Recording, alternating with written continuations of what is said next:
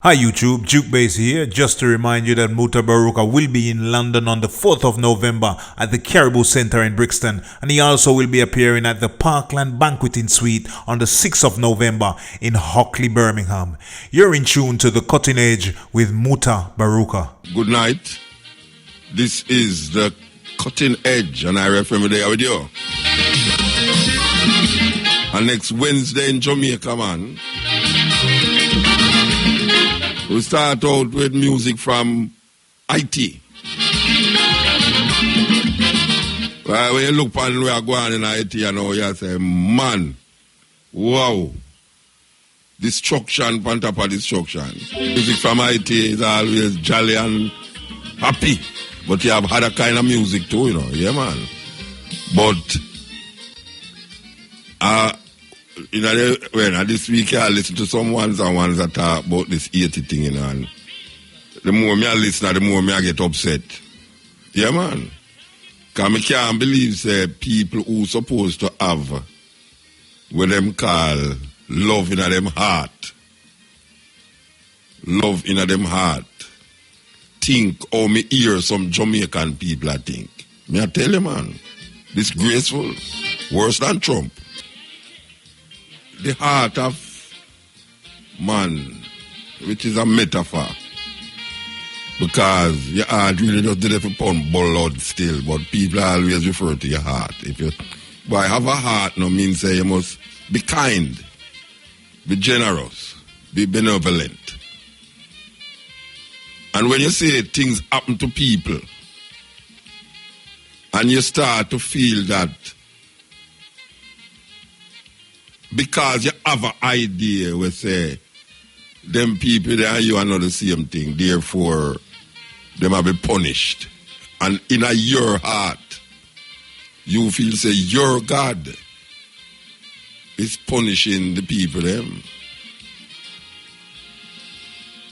You feel that. And it even get weirder when you feel say the same thing will punish them people there was going to punish you, but because you are so nearer to God, it just bypass you and gone to some more wickeder people, more people who not accept your God. And when you get right down to it, it's the same God, the people them who the hurricane lick, you are talk about and you are deal with. Because if you go to Haiti,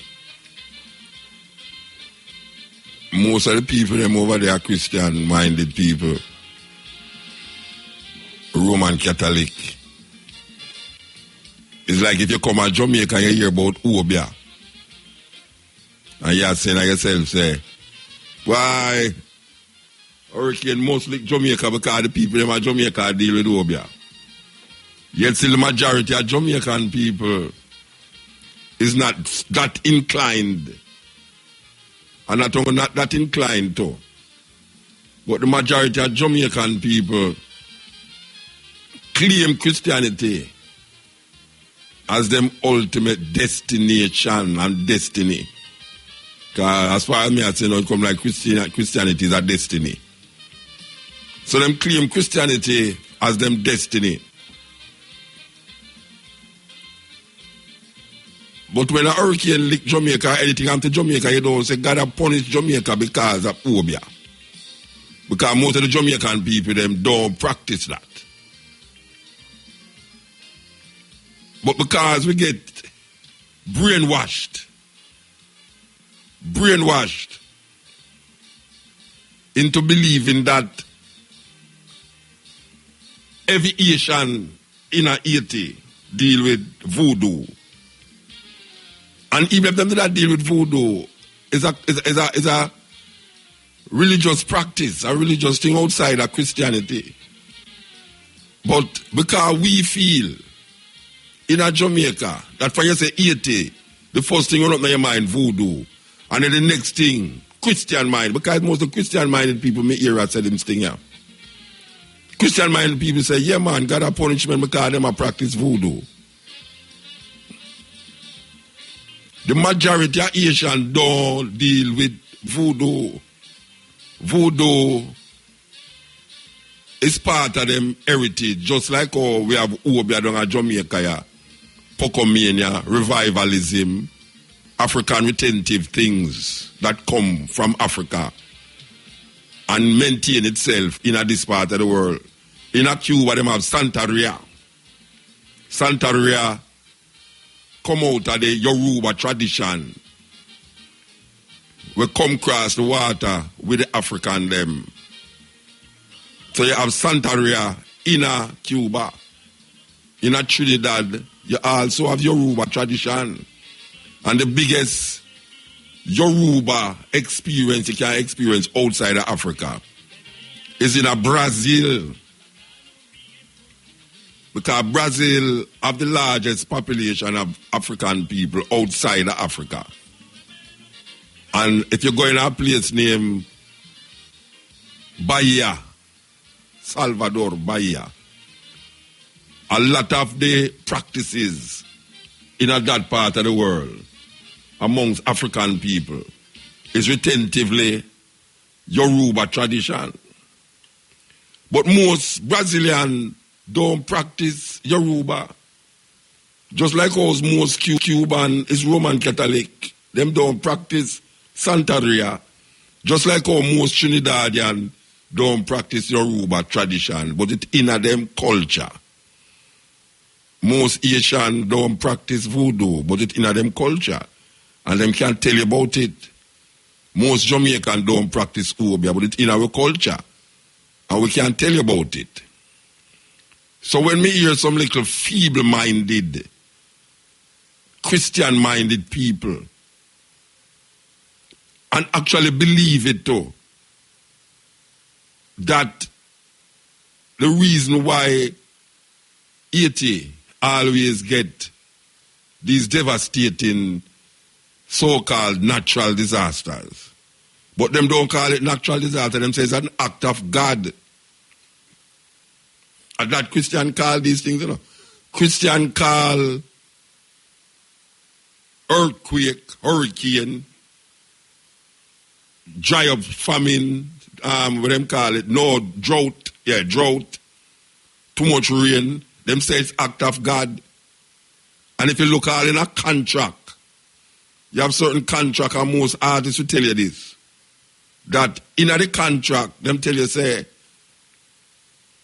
if the show don't get for gone, either by riots or act of God, you must either return the money that you give, you get, or some other thing, or put off the show and make no say you're going to do the show next time.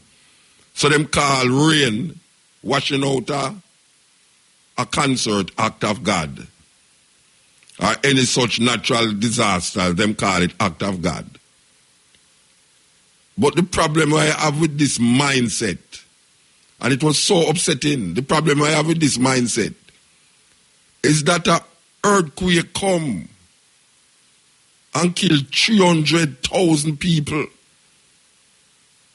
and then a flood come, and we hear that over must 800 odd people, 800 odd bodies for. Now when you look on the devastation of the country by this hurricane, and people who supposed to be godly and supposed to have God in them heart, and God supposed to be this all loving, all kind, and all the words that you can find, benevolent God.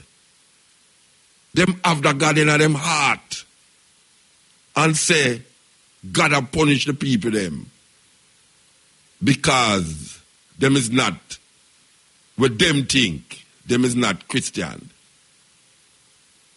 And may I tell you, I want to tell you something too, believe you me, and I hear this thing. People hear me talk about this thing many times, From it up until now, me I talk about it, I'm not stop talking about it, When Ivan did that head towards, because we never get the full blunt to Ivan, We never get the full blunt to Ivan. Remember, I say Ivan did that head straight to Kingston, Straight to Kingston.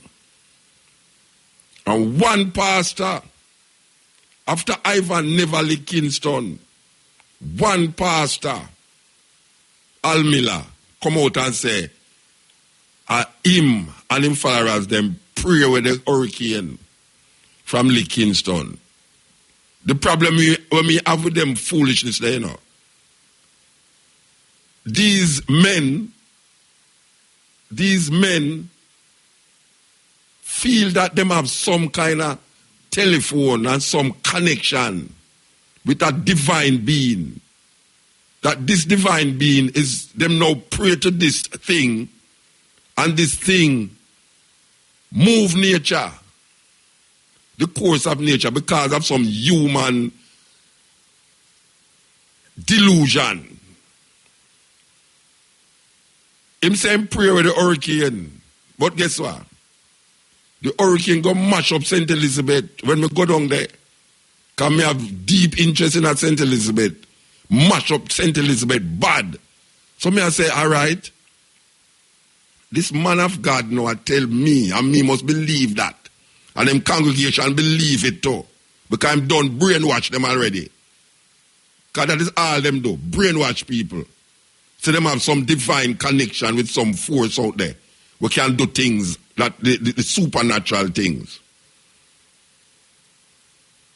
So how him blow it way from Kingston, because him live at Kingston, because him church there at Kingston and everything, and make it go mash up the place them down at St. Elizabeth. No. Fast forward to this time, you know. Not this week, last week the hurricane was supposed to come. Week before last now. Before this, the Sunday before the hurricane supposed to come, because the hurricane supposed to come Saturday.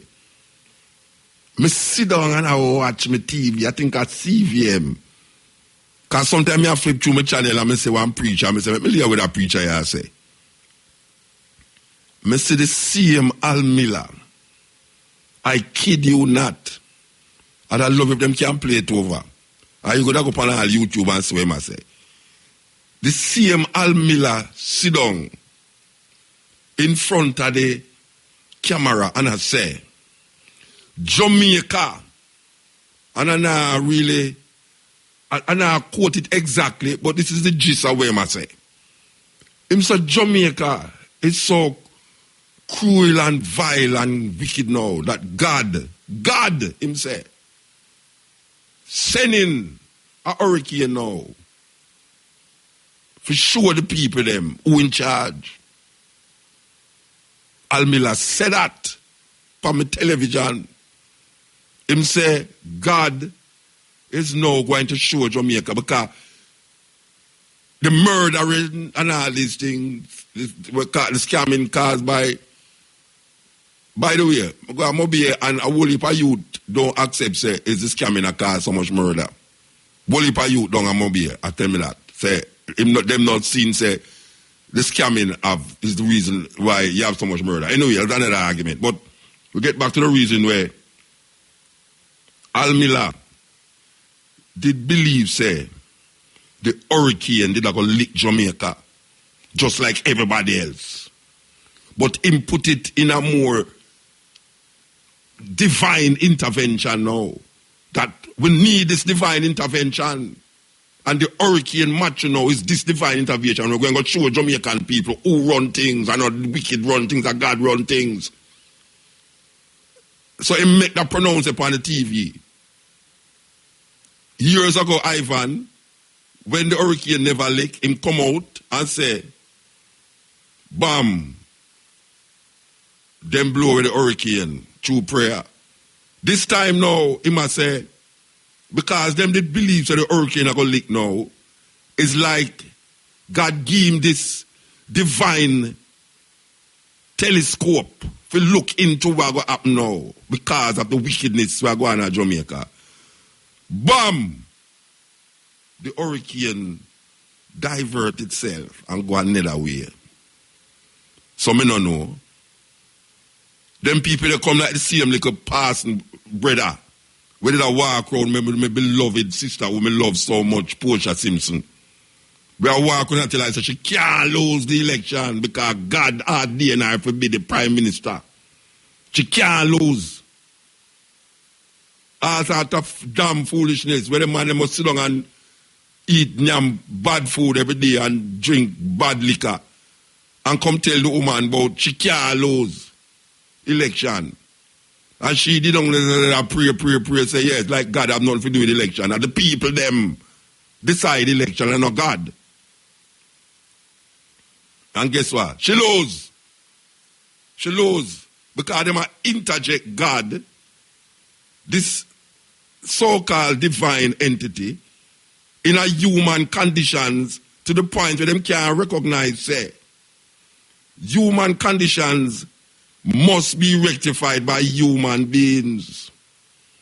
And if something has come that is an act of nature, or according to them act of God, is human beings must prepare themselves in order to make the catastrophe not as problematic as it would have been if they never prepared themselves.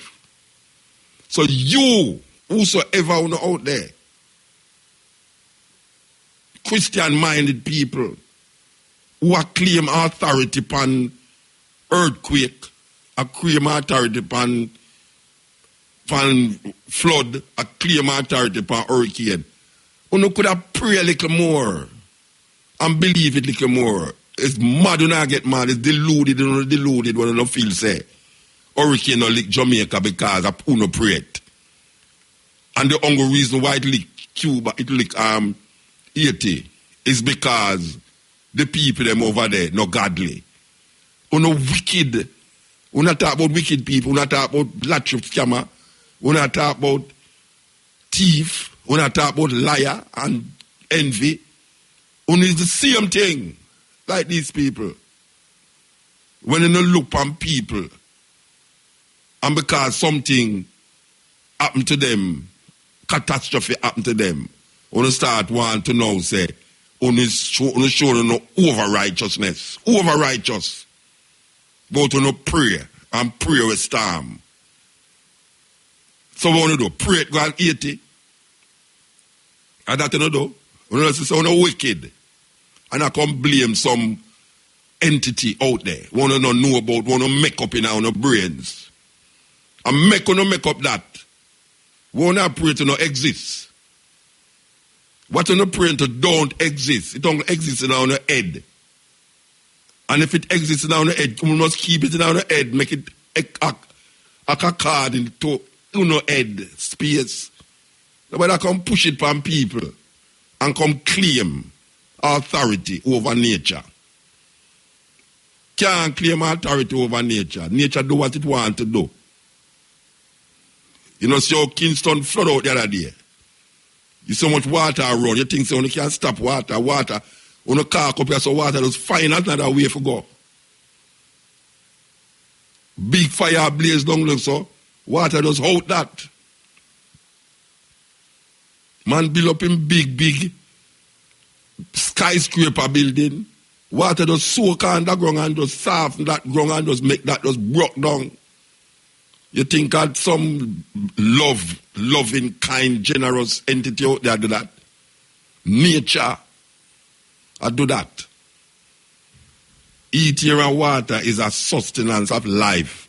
Yet still eat air and water destroy life. I just saw it go. Hurt me, man. Hurt me bad. When me hear these little over-righteous fundamentalists, I don't even know that name. I don't even know what else to call them. Look how much murder. The other day, 5 people get murdered in a Clarendon. Tracy? Yeah. A Clarendon. How much picnic in that? 2? 2 little picnic get shot tonight, or a 3. It no matter.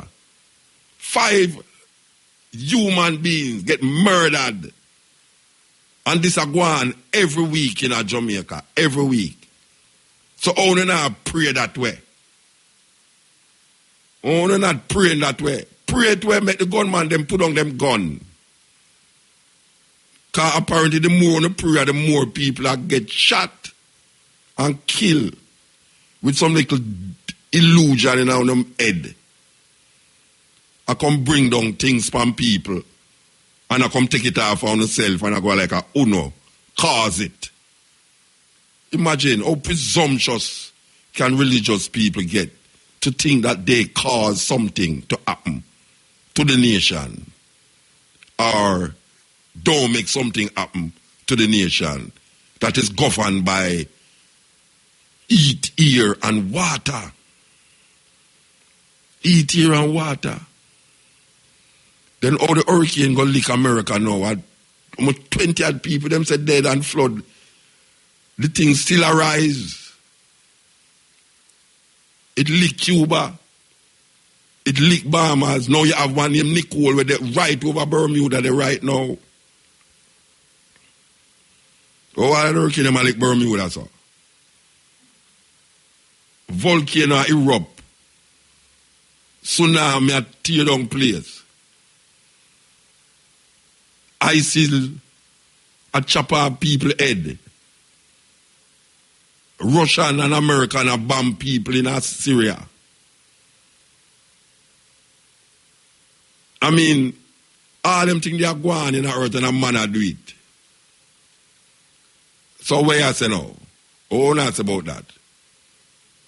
Oh, they have no mass prayer meeting. Look how much time passed March through Spanish Town. You know how much time? Wait, I one of them up on the TV there.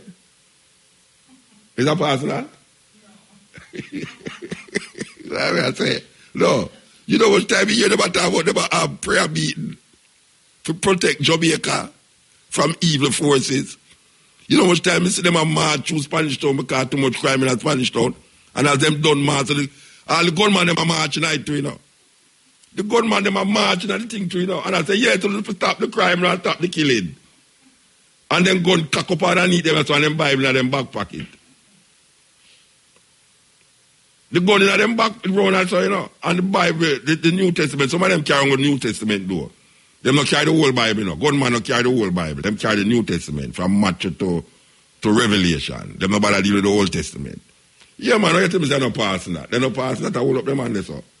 And I pray. See them on the TV there, man. Look how much mothers are crying, man. Look how much tears women in Jamaica can drop you now. The tears were falling in Jamaica, man, is more than the flood rain will lick Jamaica. The amount of tears where mothers in Jamaica shed. The amount of blood will run in Jamaica is more than ever any river we have flow right now, not even Dunn's River have so much liquid, like the liquid of blood we're running in Jamaica. Then you have to know enough. No, him that I put all olive oil. You know, I look at the TV, Tracy. You know, the man has sprinkled olive oil around the people them. All them little madness there. And them little madness there we are talking about. See, that just as me I talk about it that come over the news. Eh? It hurt me. You know why it hurt me? It hurt me because if them people, you could have just pray and just keep them prayer to themselves instead of pray and go on like say something that is of matter, M-A-T-T-E-R, is them have control of over it because them pray. It hurt me. It hurt me. Because when you look on TV every day, every night you look on the television and you see some mother cry. I see some woman today, I have to go deal with some, you know, something I have something for you go check out tomorrow, I just talk about that, you know. Up at Red Hills Road. Them decide now to them about, I want to hear the other side of that story there, you know. Because I see the woman, them a ball, so them did it from them granny there. And now them a come tell the people, them, so them a go bulldozer them. You never see that thing there? Up at Red Hills Road. One community up at Red Hills Road, them a tell the people they must come off of the property as so now. And the people tell them not know where to go because them don't know nowhere else. Them have them business there for much years. Them grandmother come there, so them come live there. So me just see it on the news. I want to find out how that go. So where the compassion for the people them? Maybe them will give the people them warning, but the people them say them not get no warning. I want to find out if them people them will get warning because them say the people them have go left by tomorrow as them go bulldoze the place. A madness. You can't make a man set up himself for how much years 40 years, 30 years, him dead. Because the woman, when I see a ball on the TV show, older than you know. A big woman, look like she have a picnic and grand picnic. And them tell she have to go move off of the land by tomorrow. A wickedness. So where the God in that there? Where the prayer was supposed to go up? Pray for yourself and your loved ones in the calmness of your soul. I'm going to lock up in a room or in your bathroom and pray. But don't come out after you done pray to come tell the world, say, look here, you just pray with the storm. And then you realize that the storm going to lick and kill 800 people over there, so 20 people over there, so wash out millions of acres of land. The people them have no more, nothing else. They have to depend now from people to come into them land, to come exploit them land again. Because the UN exploit them land the last time and put cholera in them country. And it's another conspiracy theory. Them admit that. Say cholera, the cholera from in the earthquake time spread in Haiti. And now we see the cholera rise again because of the water situation now and the dirty water and the cholera in Haiti because some scrupulous United Nations people go there who them claims they help the people them. The Red Cross and the Clinton Foundation billions of dollars to help the people them during the earthquake.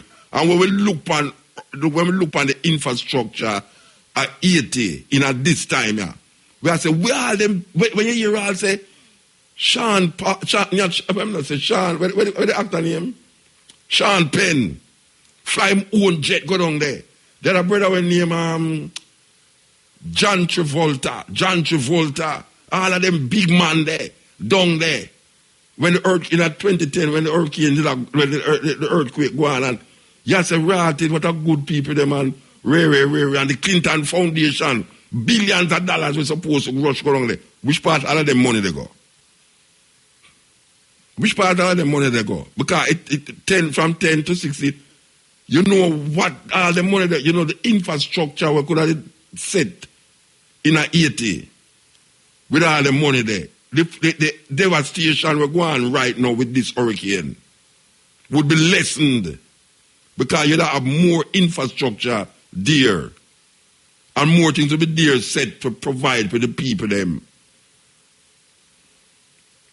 That is the idiot people in Jamaica now we are come talk about say them blow a hurricane, pray a hurricane, and hurricane go little so because the people them are voodoo them I work with. You understand? Look how the people them are suffering in Haiti and you have less crime in Haiti than in Jamaica. How is that possible? Almost 10 million people in Haiti. Almost 10 million. The population of Haiti is almost 10 million, if not 10 million. And our population is less than 3 million. That means that them have 3 times the amount of people in Haiti that were in Jamaica. And them say Haiti is one of the poorest country in the world. In the world. And them infrastructure is terrible.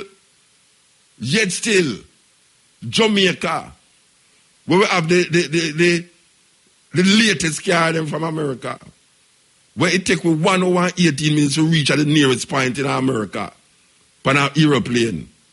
Where we can ask the brethren to say, by the way, I see a man pan things that say, from Florida, he must say, all the people them who have sent money to Western Union must send back him money because he must suffer in Florida now with the hurricane.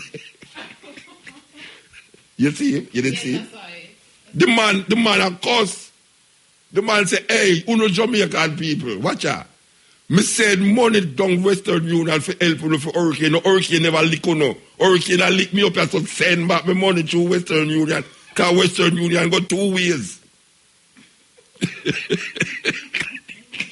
That is so funny, man. That is so funny.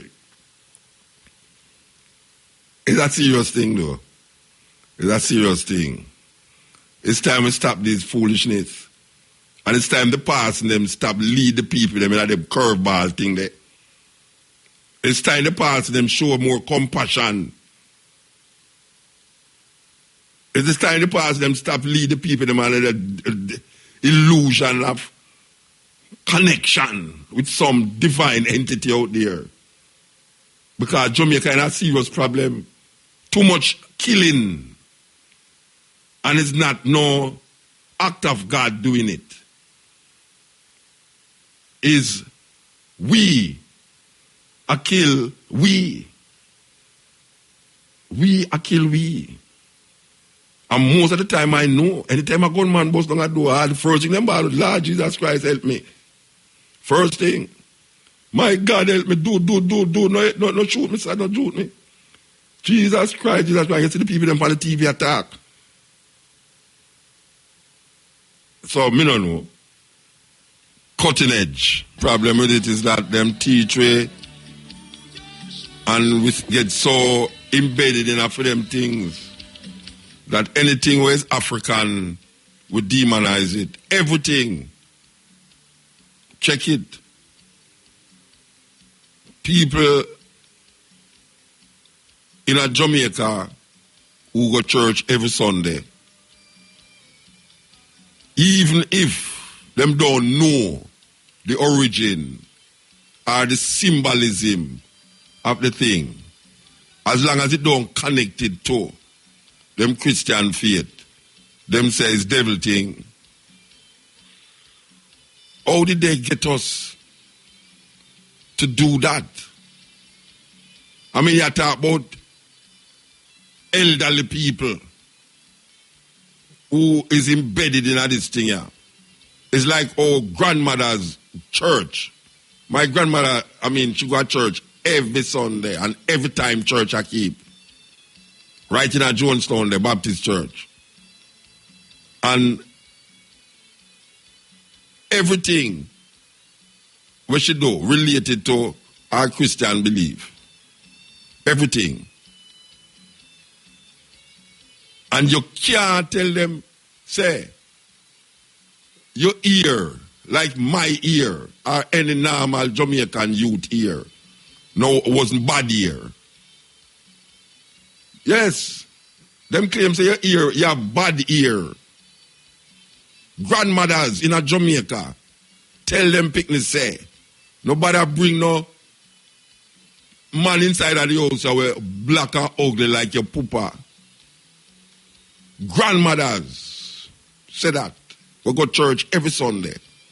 Nobody bring no man in your yard, in the house, black and ugly like your papa. Because them always add the black with ugly. You're black and ugly. Grandmothers inculcate that in a young people. And you have to fight. You have to fight, man, to come out of that mindset there. When you grow big, you have to fight.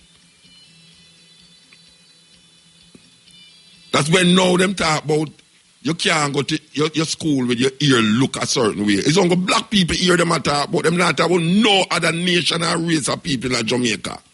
When them talk about bad ear, can't go to school. No other group of people in Jamaica is subjected to this ridiculous thing about well-kept ear and bad ear and your ear look shameful and disgraceful. Your ear must look well-groomed. It's only black people ear. And you're black and ugly. You're black and ugly, head picky like black pepper grain. All them things that them use for describe themselves and we. Grandmothers. Every Sunday them go to church. Every home in Jamaica have a picture of Jesus in the house. Every home in Jamaica have a picture of Jesus in the house. Especially in a way you call the ghetto area them. You can never go in a house and not see Jesus' picture in there. This blonde-haired, blue-eyed, white-eyed guy in some Roman tunic. Imagine them have a Jew wear a Roman tunic. Look upon it if you believe it's like me I tell. Most of the picture them. Look upon the tunic them where the senators them used to wear in the forum in a Rome. Same forum where them create democracy. Same forum where them did kill Caesar. Brutus and them friend them kill Caesar. Look upon the clothes where them have on. And the picture where you have hang up in your house. Look upon the same kind of clothes. Jesus have on. That same white guy there with upon the wall. Look upon it and look keenly and carefully. And see if that guy upon the wall look like anybody will look like you in the majority of Jamaicans. Yet still your grandmother instilled that in you. That no care you're conscious. No care you say you're black power this. No care you say you're Rasta this and Rasta that.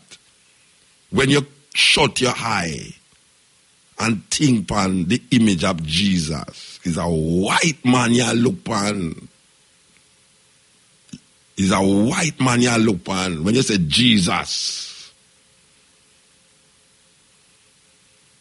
And them name one of the slave ship them SS Jesus of Rubeck. John Hawkins, one of John Hawkins ship name SS Jesus. Oh great thou art. And a white man who carries slaves, see as to carry Africans from that part of the world to this part. Same get converted and write a song that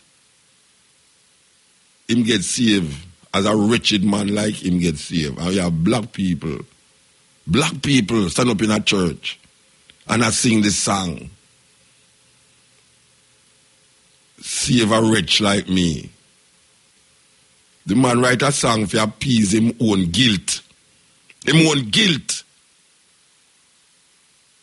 And then we sing it now. We sing it and I share this guilt of this slave owner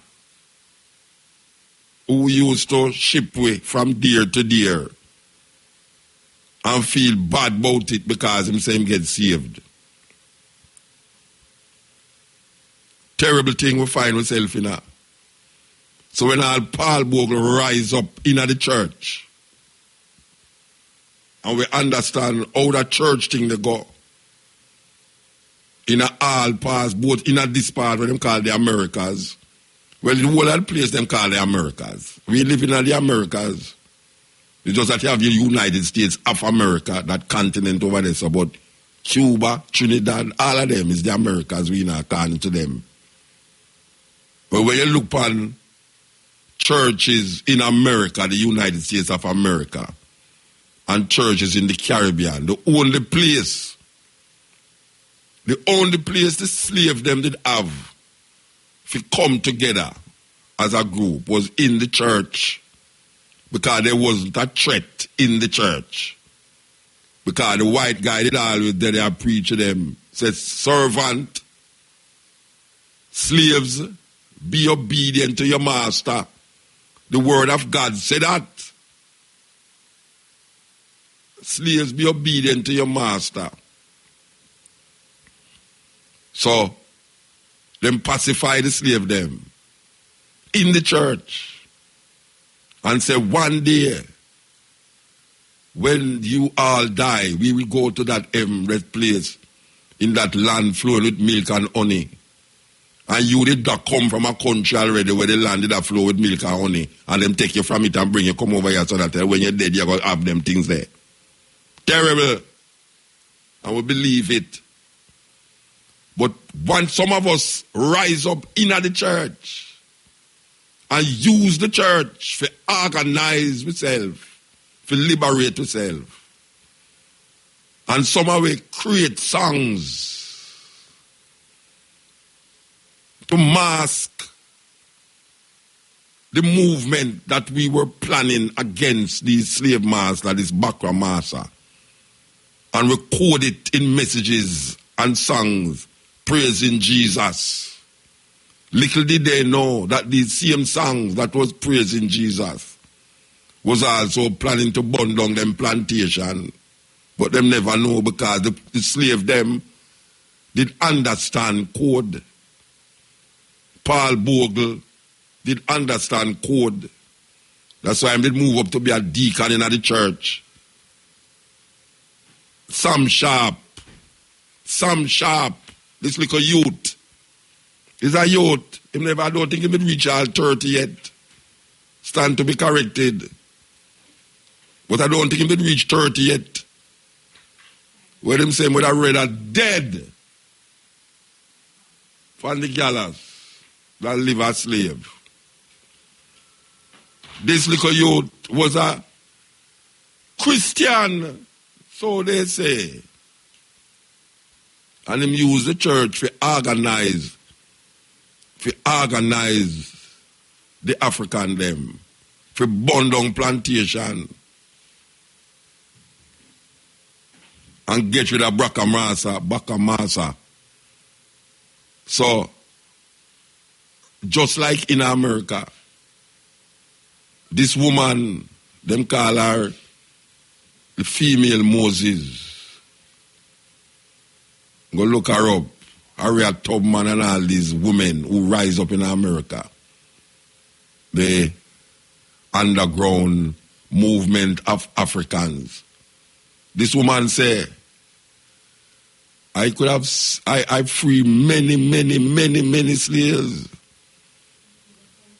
But I could have freed more if only they knew they were slaves. And she used the church. She used the church to motivate the people them to move from the south, go clear up to the north, till them region of Canada. Many Africans she do that with. And them sing songs and create songs. But them put Jesus in it. Just like how when you go to the Santeria and when you go to the Voodoo camp and the Santeria place and the Obia place, the revivalist place, you see there's a fusion of some form of Christian motif there, whether it's the cross or whether it be something, you see it each up beside the orange or the sour lime or the glass of water or the cola nut. You see it there. And when the slave master come in there and hear you sing, all him can know about is the part where say Jesus Christ is my Savior. But him don't know the other part where the slave them done signal one another. Just like how them ban cane row here. Which might look upon it as a simple thing. But in slavery days, them ban women cane row in them here. Because the house slave, the woman in the house used to know what is happening in the house as it relates to the slave master and his wife and him picking them. And when she hear anything of value, scientifically, and them don't tell us that this is science, but it's science, them would plot them ear, cornrow them ear, and this cornrow would send message when them walking at the field. The house slave walking at the field, and the field slave like me look on her ear and she say, okay, all right, master, I'll go away this weekend and we can burn down him house. Without talking. And when the slave master realized that I go on, them just ban that. Just like the drum. We are beat with drum and them never understand where I go on. And we are send message with the drum. And everybody are listening and say, what? Master, I left this weekend, you know. Make we move, you know. And we just burn down plantation. And them I try to figure out this way I go on until some guy, some like a police, some like a bossy slave will live out of parliament. Come show them, say, yeah, when I go so, it mean you're gone. When I go so, it means say when you're gone, I go and burn down your house. So them just band the drum. And it goes on and on and on. The more them find out about the African retentions, is the more it become demonized. So most of the things them where we used to use to facilitate our liberation and freedom, even the dance was demonized. All with dance was demonized. And you'd have one man named Bookman. Bookman left Jamaica and go to Haiti. And this is the connection we have with Haiti. Bookman, this great Obia man, this great herbalist, this great healer, use them know, not gun and knife and bomb. Because them French, they have more than that, more of that than we. But him use what was at him disposal as a healer, as a medicine man, as a hobby man. And just instill it in the Haitian them more and more and more. Till him become one of the heroes, the unsung heroes of the Haitian Revolution. Bookman was a real man. Taki was a real person. You think they're never afraid of Taki? You think a gun Taki did I use by them? A fear. Because them superstitious and them put superstition in a we now that we fear too. And we feel say if we sprinkle olive oil, we will get rid of certain demons. Sprinkle olive oil around Montego Bay. And that you must do.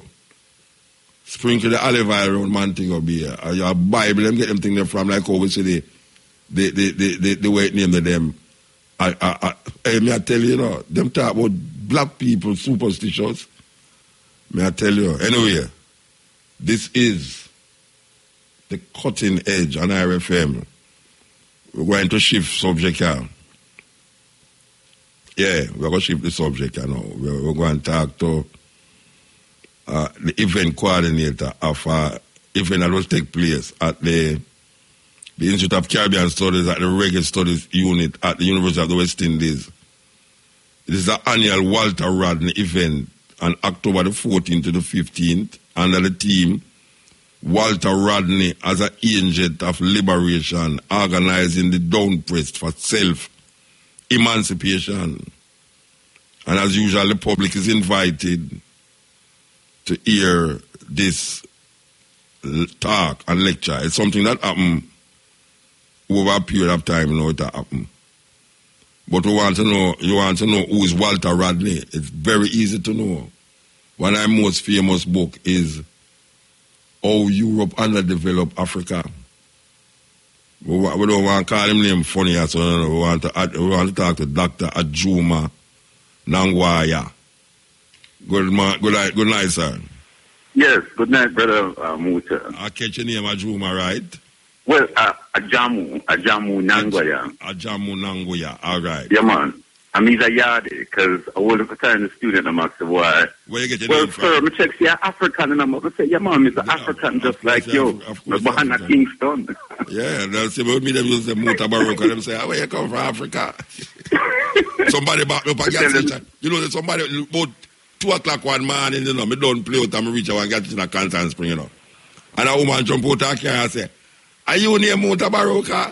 I say, yeah. I say, which part of Africa you come from? I say, oh, you mean which part of Africa I come from?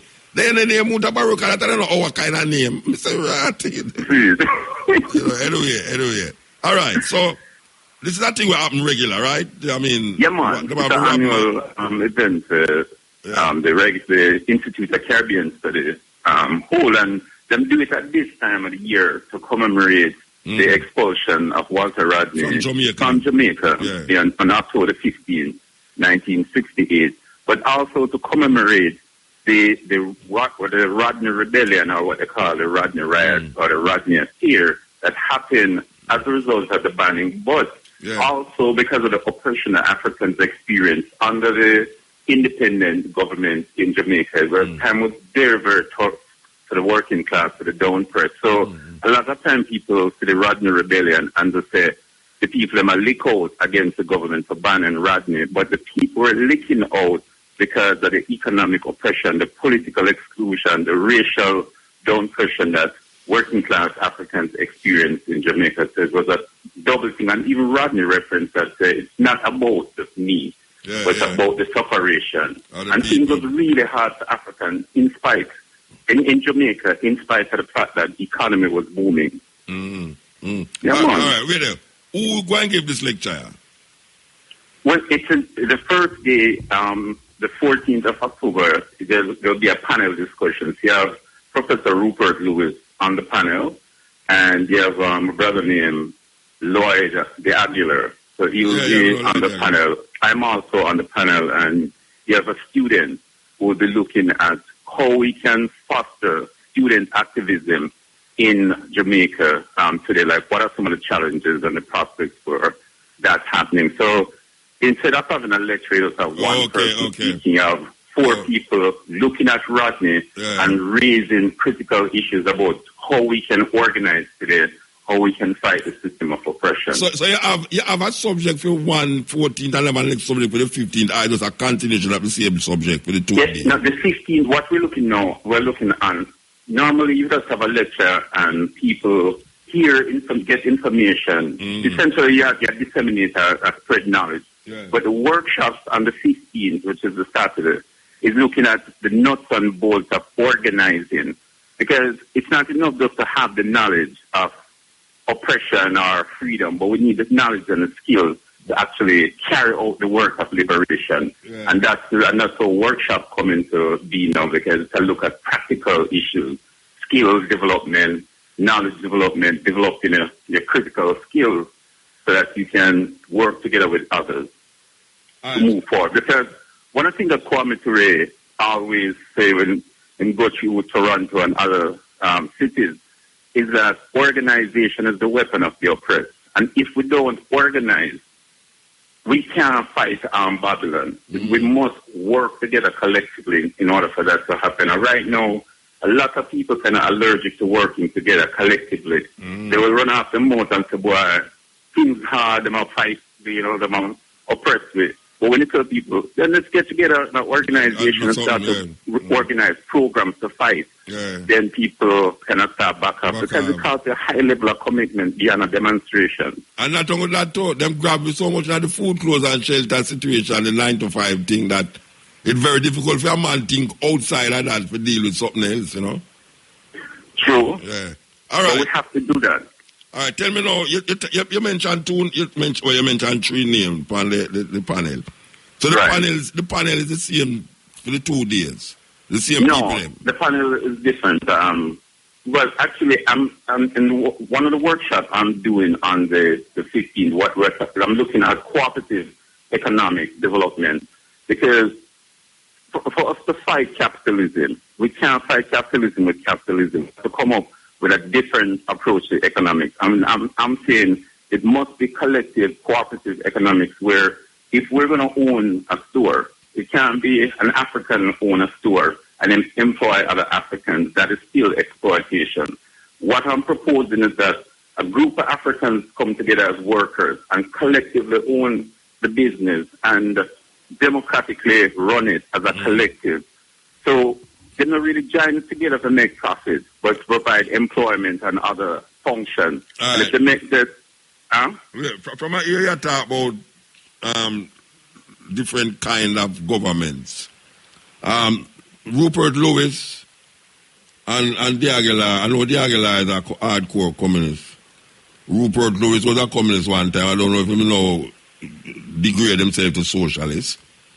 I don't know what kind of, if you're a Democrat, if you deal with democracy or socialism, which one of them? Well, I guess that's a question that people can pose to him to say, boy, like, what type of society you see as desirable. That's why I asked you that, because when you mention and said democracy on a levels, you know, and you realize, say, here's a man now where him say, boy, democracy don't look like it can't work, you know, have to try something else, but you know, tell me what is the something else. So that's why I asked you that. Because I know where the Aguilar would have said. Right. Yeah, I know where, I don't know if him still think that way there, but I know Rupert Lewis was a hardcore, a Russian kind of communist. You know, understand? Right. So I don't know what you was or is at the moment, but what would you think could replace democracy? Well, one thing, when we talk about democracy, like, I'm not equating democracy with capitalism, which is an economic system where a small minority own the wealth or the productive resources, like the land, the building, the factories. And that's a different thing from what I would say a democracy is. Like, what we have and call democracy, or what I see as liberal capitalist democracy, it is still a political setup where minority rule is still able to carry on under the guise of popular participation in elections. But at the end of the day, the people who pay the piper call the tune, and it's really a small minority. What I'm proposing in terms of an economic system is one where the means of production, the land, the capital, buildings, factories, those are under the ownership of the people. Not a political party where people say a vanguard party own it on behalf of the masses, but where the people genuinely, in a direct, democratic way, control and make the decisions over it. But in looking at it in a practical way, in terms of how do we get from here, where we have minority ownership and domination of the economy, to there, we can start, in terms of a transitional program, go about owning things collectively. For example, a simple thing like even the banking system. Many of us go around, and especially coming up to the Occupy movement, saying, oh, the bank system control the economy. But at the same time, we take our money and put it in the banks, not the credit unions. Credit unions are democratic organizations, financial cooperatives, owned by the members, controlled by the members. The members sit on the board. But, credit unions are not perfect as they should be, or operating the way they should. So for potentially, the bank is capitalist, and I'm not what capitalist. The bank is capitalist. But it's a capitalist institution. But the credit union is more like what? Democratic socialism? It's a democratic economic organization, because credit unions started as a tool to provide financial services to working class people in rural communities and working class people in urban communities. So if we shift our savings or all the transactions we do and put them into credit union, and then turn the credit unions into like political and economic institutions for the down press in a radical democratic way, we can challenge the bank. So now we will have the resources. So since we're shifting our savings to credit union, we can provide loans to businesses that are owned by the workers. If you have instead of having workers working on farms, then you can loan money to the workers that they can go into farming as a collective, a democratic collective. Where you are exposed as well, and where we see on the paper as well as the theme under the heading of Walter Rodney was, you could have even moved Walter Rodney name and put Paul Bogle name there, Because at the same thing, Paul Bogle did a fight for, them years ago, them time there, that we still come fight for the same thing for the workers, them, them time. And it's kind of stressful. It's stressful that you have to really rewind the clock for the same thing where did that happen. It was still a capitalist economic system that we were operating under during Paul Bogle, and the same one we operated under during Walter Rodney, and the same one we operated under with you and I living in a later period. So it's like the same message. But as for example, a lot of people don't realize, that in Jamaica we had the sugar worker cooperatives under the Manley administration in the 1970s, and it was abolished, and them get to the sugar worker cooperatives. That is a potential, is a case study that we can look at today and say that, okay, so how can Africans look at the lessons, the success and the mistakes of the sugar worker cooperative to deal with economic development today? I see, after the enslavement, the Africans in this country and throughout the Americas, where the British control, we didn't get anything. Well, so even today, we are still economically oppressed and excluded. We don't want to use, the dog-eat-dog economics of capitalism to move the development program. But as I said, cooperative economics can be a part of the transitional program, where if you have a grocery store in our community, instead of having the ethnic and racial minorities controlling us and having us as workers, the consumers can get together and set up a consumer cooperative where every customer is a member of the cooperative. So instead of having these minorities exploiting us, we come together and organize. So our thing would be, it's not just to make money, it would be to provide affordable food, nutritious food. So it goes beyond just making so money. Let me ask you a question. Yeah, man. The kind of system that you're talking about now, under what label that system would come? What would you label it as? In terms of, all right, you said democracy, but we don't see democracy at work according to how you say it. So, forget it more wide-based. What you would label that system as? Well, the system where you want come in, the system where you would like. A name that you could look at it, is it would fit under anarchism as a political and philosophical system, because anarchy, unlike what many people think when talk about anarchy or anarchism, it doesn't mean chaos. It's a well thought out system. Well, the democratic people are call it chaos, It's not people who see it as anarchy call it chaos, So anarchy is and you see the guy named C.L.R. James. A lot of people don't know them. They say, yes, C.L.R. James was a Marxist, and he was a Marxist. But he was a different type of Marxist, because C.L.R. James didn't believe in the vanguard party. No. He had belief in the people, that the people can run the economy themselves. They don't need a vanguard party. He didn't believe in the state. He believed that central government. No, he didn't believe. He believed in just abolishing the state, because in a communist society, the state does not exist. So what the monstrosity that was masquerading around and saying it was communism. In a communist society, there's no state. There's no vanguard party, because the people directly and collectively run and organize the society. So 3 critical features we find in a communist society. It is stateless. So the state don't, because in all societies, the state represents the dominant group, whether it's a political or administrative group, like what we see in Cuba or China, or the former Soviet Union, or... Make we back up a little. When you say in a communist state, there's no...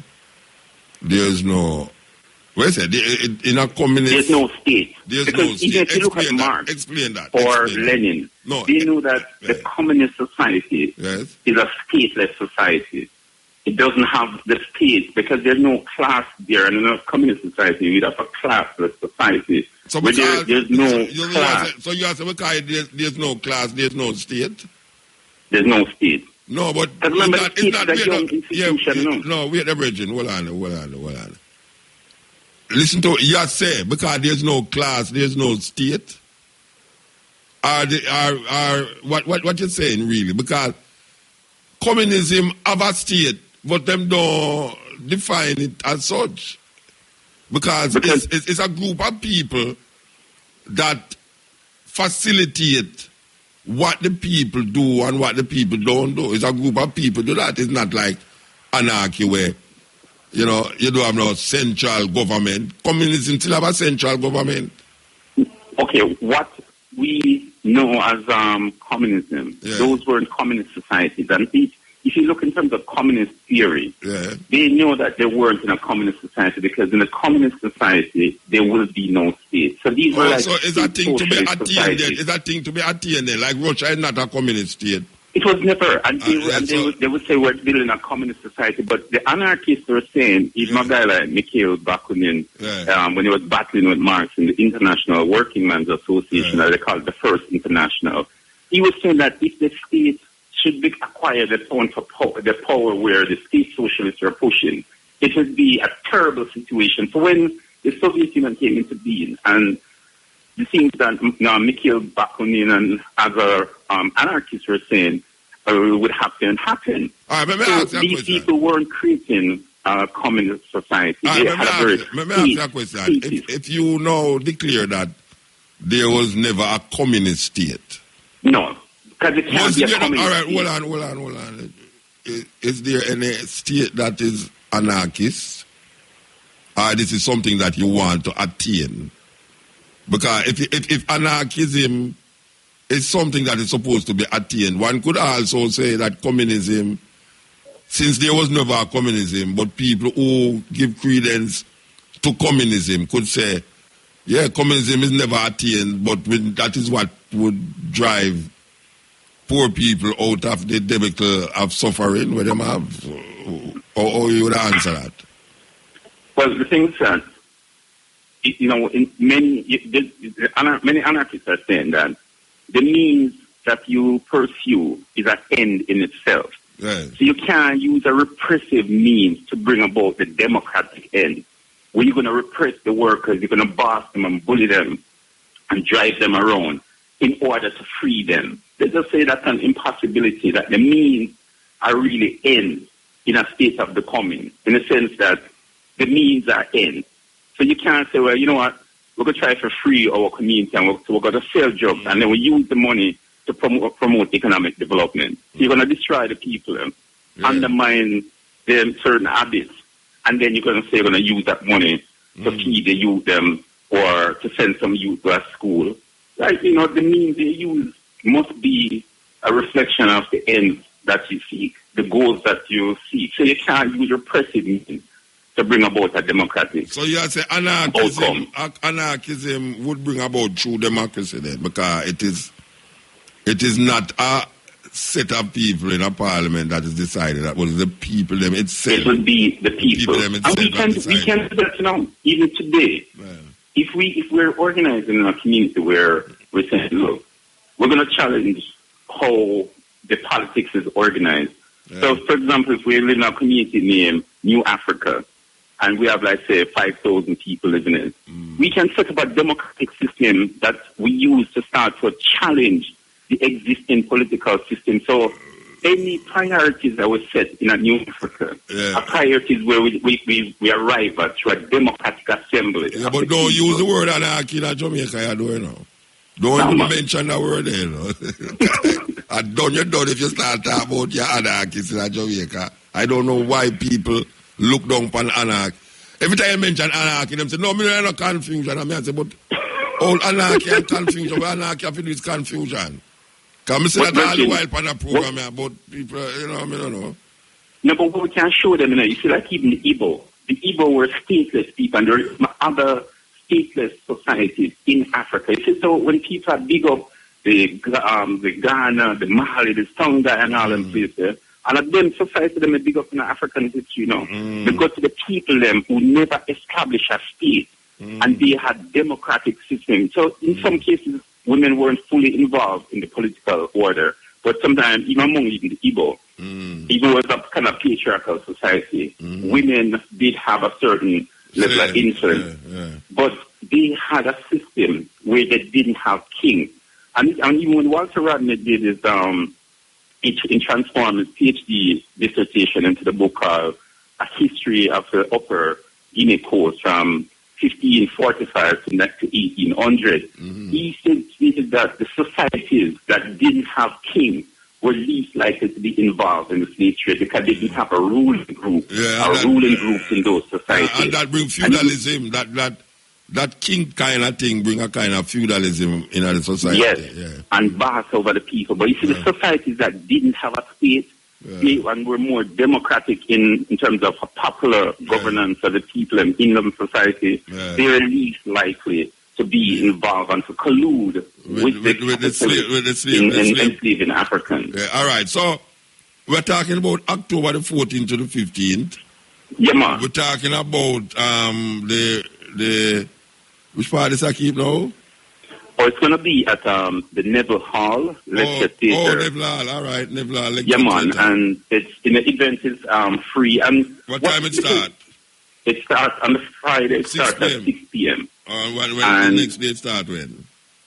And on Saturday it starts at 10 a.m. Okay. So, lunch will be provided, and we're encouraging people to come out because we need to start. You see, the thing about Rodney, and that's why he had to get banned, Rodney was able to pull together the different, I would say, the disparate elements within the emerging Black Power movement in the 1960s. Yeah. So you had Rastafari, you had even Sir Claudius Henry, the religious kind of Black Power advocates here. You had even left-wing and progressive faculty, and you had students. You have the urban unemployed. Rodney was able to circulate among all of them forces there. And when you look on the intelligence report, them start with them up on the intelligence file, the special branch, the secret police had on Rodney, they were saying that he's a dangerous guy because he is the one that could unify and coordinate the Black Power forces. And it's interesting that after them ban Rodney at the Abeng movement,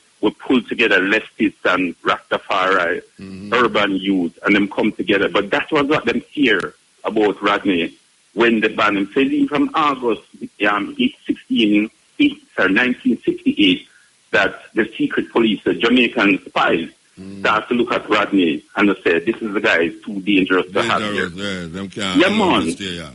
All because right. they fear the unity of the oppressed. So I could talk about the panel discussion and the relevance of Walter Rodney to the struggle for justice and liberation. And the panelists are, who is the panelists? Are Rupert Lewis? Yes, you have Dr. Rupert Lewis who will be looking at Rodney, and he will be introducing Rodney to the people in terms of who is this Walter Rodney, and why is he significant, and talk about him life so that people who never know about Rodney or people even know about him get a glimpse may know additional aspects of and the Walter other Rodney's brethren story. is Diaguilar, who what is film part and discussion? He's looking at the economic system and the approach to organizing that Walter Rodney embraced. So we look at capitalism as an economic system and Rodney's part on it. He will look at also Rodney's approach to organizing, because Rodney didn't believe in the vanguard part where people said, well, the communists believe in having a tight, highly skilled, motivated group of people who are organizing enough. He used to get membership enough to them party. Yeah. And they have to jump through a whole heap of stages. And what aspect are you going to look at? Because we have to go now still, but we just want what I'm looking at is how we can use Rodney's approach to working with the people is relevant in working class communities today. How can we use his organizing approach to facilitate the emancipation of people? One of the things Rodney believes in is the self-emancipation of the people. And some people fireball him to that and say, oh, you're into populism and the spontaneous uprising of the people. And say, no, we must provide the people with the knowledge and skills, and then we free themselves. A certain amount of that go on, if you're looking at the arcade, or even in the coronation market amongst the people, a certain level of practicality, that same co-op business, that same anarchy where we are talking about, that's all. It exists in the people, if you go to coronation market or even at the arcade, It's just that them not label it as, you that didn't want to label it, or we would have said that is that and that is that. But if you study the movement and how the people them get, but when I say wealth, but how them get money for take care of them family, is that system there. Work in the coronation market and in a way name there, but so what we need to do is to upgrade them system there in a way where we can take on bigger economic projects rather than some kind of fat foot hustling on the margin. That is because Virgin, I've been away from Jamaica for like 30 years. I'm going to come back now on the scene. I said, boy, 30 years they come like in economic slavery when it comes to the Africans in Jamaica. Yeah. So we need a movement and a program, but it's not to mimic private ownership. It's collective ownership, because we have to, that's a part of African history. All right, we have to move now, Bridget. We have to move. So, yeah, man. I look forward to that. Give thanks, yeah? Yeah, man, give thanks to Muta. I second time we're reading a virgin. Yeah, man, we're reading a Copa in Toronto. You remember that film that Lillian Allen did? With the eyes? Yeah, man. We were reading, and you were playing on the Mighty Diamond play, and you come out as a featured artist, and then in the back room we're reason for feminism and communism and whatever thing. All right, sir. So you're there now. You're there now back. See, you're there again. Man, I'm there at the place now, and I'd love to do something on Kwanzaa. All right, give thanks. So we organize them with there, you know? Yeah, all right. Yeah, man. Give thanks. Yeah, we're talking to Dr. Ajamo Langwe Waya about this Walter Rodney as an agent of liberation organizing the Loan Press for Self-Emancipation at Neville Hall. This will be taking place October the 14th to the 15th, right up there. University of the West Indies. You know, so when I say University of the West Indies, I feel kind of like I shouldn't say it. No, that's a serious thing, you know, from that idea. When I say the University of the West Indies kind of have me away. Yeah, actually it's the West Indies. It have me away. Big group out of Haiti. This was one of the first foreign group we ever interviewed on the cutting edge in the 90s. Yeah, man. They were very popular. Very, very popular. We did quite a few shows with them all over America. Bookman experience. Toto Basiente, this is the cutting edge Asian style music. Yeah, man. Feast your eyes and your ears for them music, yeah. We neighbors them. Our neighbor. Yeah, man, our neighbor. Yes. Yeah. Greetings. Greetings, man. Yeah, man. Buenas noches, mi amigo. I'm my first. Wait, hold on. Why make you speak in Spanish? French that you listen to, you know. I know, I just coming from a Spanish region and a French region, so it's still in me, you know what I mean? No, you know, easy, you know. All right, go on, sir. What you say? Yes, I just wanted to say that, you know, just got back into the country for the Peter Tosh thing, and congratulations to black music for being the sound chosen to play at the events for the Peter Tosh celebration of his museum opening and the benefit concert. All right. So which part you come from, by the way? South America. Okay. And through Florida. And then into Jamaica, because, you know, the activities start next week. You know, and we have to start the ball rolling. You know, we have the reunification of the Word Sound and Power Band. Yeah. Mikey Chung going to play? Yeah, Mikey Chung is coming in Saturday. Oh, because I know Sam the kind of in the hospital. Yeah, he was, but him fit. Am I right now? Am I right? Yes. Give thanks to that. Steve Golden coming in to Donald King. What do you mean coming in? Where Steve Golden live? He live in Florida, man. Steve Golden live in Florida? Wait, you're serious? Yes. How long? He live in Florida a good while. You know, he play with... What you call good while? Tell me what you call good while. I would say over 2 years or so. Yeah, I did. Yeah, he play with Israel Vibration. Yeah, I know him play with him, but I never know him live in Florida, man. All right. Yeah, a lot of them have a foot here and a foot there and everywhere, you know. I have too much foot. Like an octopus. But I must say that you know, we are proud that to add Denroy Morgan, you know, he did a version of Get Up Stand Up, you know. Me hear. You know? Me see mention it by my email there. Yeah, so it's going to be a great celebration, you know, with Peter Tosh songs by, you know, a list of top celebrities. And so you're not sing too? And Black Sounds will be the sound. You're not sing too? You're not sing? Well, I do a little MC along with Tommy Cowan, you know. Okay. And, you know, I played some role in the introduction of a lot of Peter's shows, so we have to interject a little of me, too. Of course. You know, but my concentration is merely to get the show part running, you know, the museum opening on Tuesday. Yeah. You know, and then we have the symposium, you know, on Wednesday. And this Tuesday, it will open? The 19th, yeah. I know this Tuesday, man. That's next week, Tuesday. No, man, I say, man. Next week, Tuesday, on the 19th, man. When is it? What date? Wednesday the 19th, man. Yeah. Wednesday the 19th. Wednesday, sorry. My mistake. Wednesday, sorry.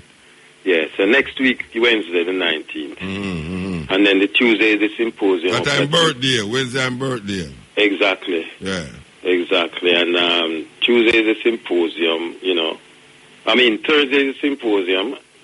And then Friday is a big press conference, international press and everyone. And then Saturday is a big concert, reunification benefit concert. Right on Trafalgar Road there. Yes, around Peter Trust Square. That's what's the name of it. And then Sunday, there's a trip down to Westmoreland, to pay respect. Yeah. I never hear about that part. They never post me about that part there. Yes, going down to Belmont to his mausoleum, What, them a bus a leave? How it go? Yes, a bus is leaving. The estate is providing How much bus? Well, so far I know one big bus. So it's a free bus? You can't just go jump on it so you have to pay money? Well, the people who are involved in the whole affair, not the Jamaican guys just come and jump on the bus. Organizers like you. Well, me, you, and people who partake in the event and overseas people who have not seen it yet and so on. A lot of people have not been down there to see what it's like down at Belmont Park, Okay. You have been there every year when we have that thing in February. Yeah. So it's a little celebration there too, and then that climax the 4-day activity, All right. So we'll look forward to it next week. Yeah, man, definitely. And everything should be fine and dandy. We do a Peter Tosh week next week. I know this, and I'll book you up in an airport again. Boy, I believe you, I was coming through Miami the other day, and the man said to me, what happened to that gentleman you were walking through that left his shoes in the machine? I said, you forget that he told you to keep it till when he was returning? Every time I go through, be here. Sir, you left your shoes. All right, keep it. I remember that day he was going through, and the man wouldn't allow you to come out and say, you can't leave your shoes inside the machine, and you said, keep it till I return. No, I tell you, every time I go through that, the guy stopped the machine and went inside there looking, and he wouldn't believe me. That's what I'm telling him, that I have none in there. Yeah. He was amazed. Every time I see him, he asks me for you, I tell him, you're still returning, so keep it till you come. All right, sir. We used to walk up very often in the airport, and what I'll see again. Well, so next year, that thing in England coming back again for the 55th anniversary, so you have a standby for that, like what we did 212. You mean 02 there? Yeah. What happened next year? Tell me. With the same thing like what we did 212 to celebrate the 50th. But you never put me upon that, man. Oh, you mean they ended up on the last one? Then that means that you put me upon the last one, I'm going to upon the second one. Yeah, man, because we can't leave out poetry section. It's very important. Me say you go all at Thailand and you're not going to Thailand. Yes, Thailand is the next one. You have to come. No, you know. When you're on radio, you chat them thing there, No, you have to. The next trip to Thailand, you definitely have to. I was there the other day, and oh my God, it was the people, them here, you say this thing on the radio, I will come back and say, hey, you see that brother when name Copeland, I chat him, chat up his mouth on the radio. Didn't I take you to Cuba? No, man, I know you can't go to Cuba, man. You was at the thing with Cuba. Who was in charge? It's not you can't go to Cuba, man. China brought you to me and said, have a nice tune. No, hold on, man. And when I hear it, I said, you remember? Hear what I say now. We went to Cuba, and it's not you carry me to Cuba. No, the plane carrier. No, that me going to say. Hear what I say now. And many times you're supposed to go to certain places, all your book, where you tell me, say, you go tour with the book and all that. What to the book? I'll tell you honestly. Yeah. I was doing some editing on it, but... Well, you edit out the whole of the page, them? No. Certain things, because of certain things, you just make it, wait for version 2 and 3. But next year, definitely, and I'm going to do a tour behind it. All right, so me and you were supposed to do that tour, and it never worked out. No, well, I went to Australia and did some promotion. You tell me you don't go to Australia to you take come and walk. You take come and walk when you go to Australia. I think we don't know say take come and walk, but I've been doing some 60-minute and 90-minute PowerPoint presentations. Yeah, my work you take away. You take come and walk, but me not so far. Me still a travel, but just me not book up in an airport again, but that's how it go.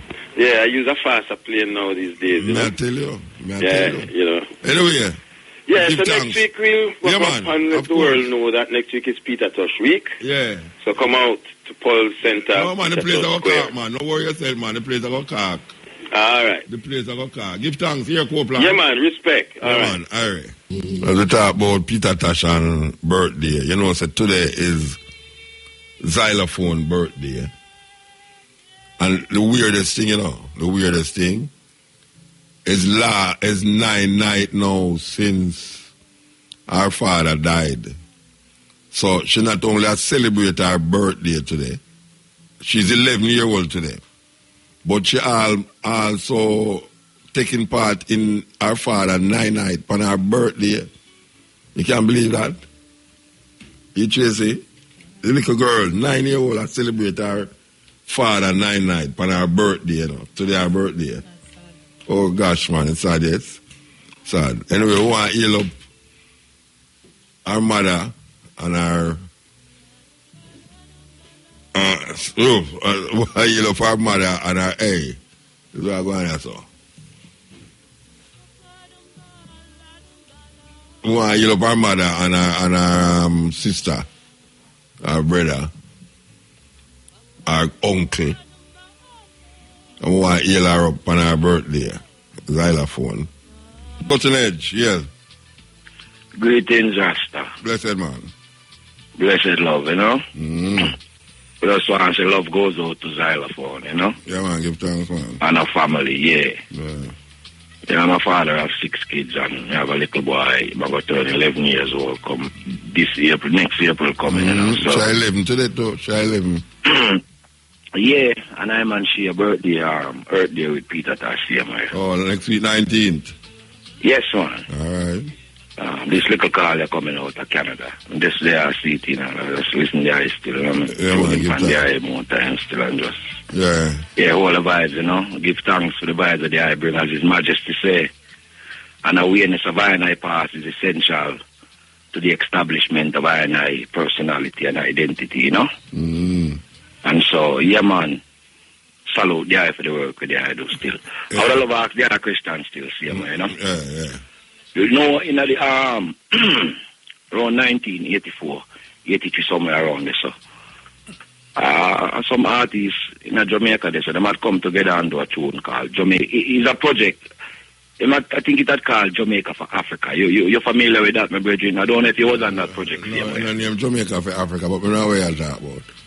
It's when the famine did not go on in Ethiopia. Yeah, man, when them come out with that tune, We Are the World and all that. Yeah. That tune, they come out coming like, Barry G, Junior Reid. Yeah, there's something about that. Yeah, man, because since 1984, I hear that tune, the Virgin. And no, man, we play it, man. It's a beautiful tune. And the next tune there for the eye, I would love the eye play that tune there. Which one? Same way if the eye have it there, so same way, you know. A tune called, one day where the eye have, say, I come to remind you. Have to remind you. Have to remind you. Yeah, remembrance name, yeah. Remembrance. Yes.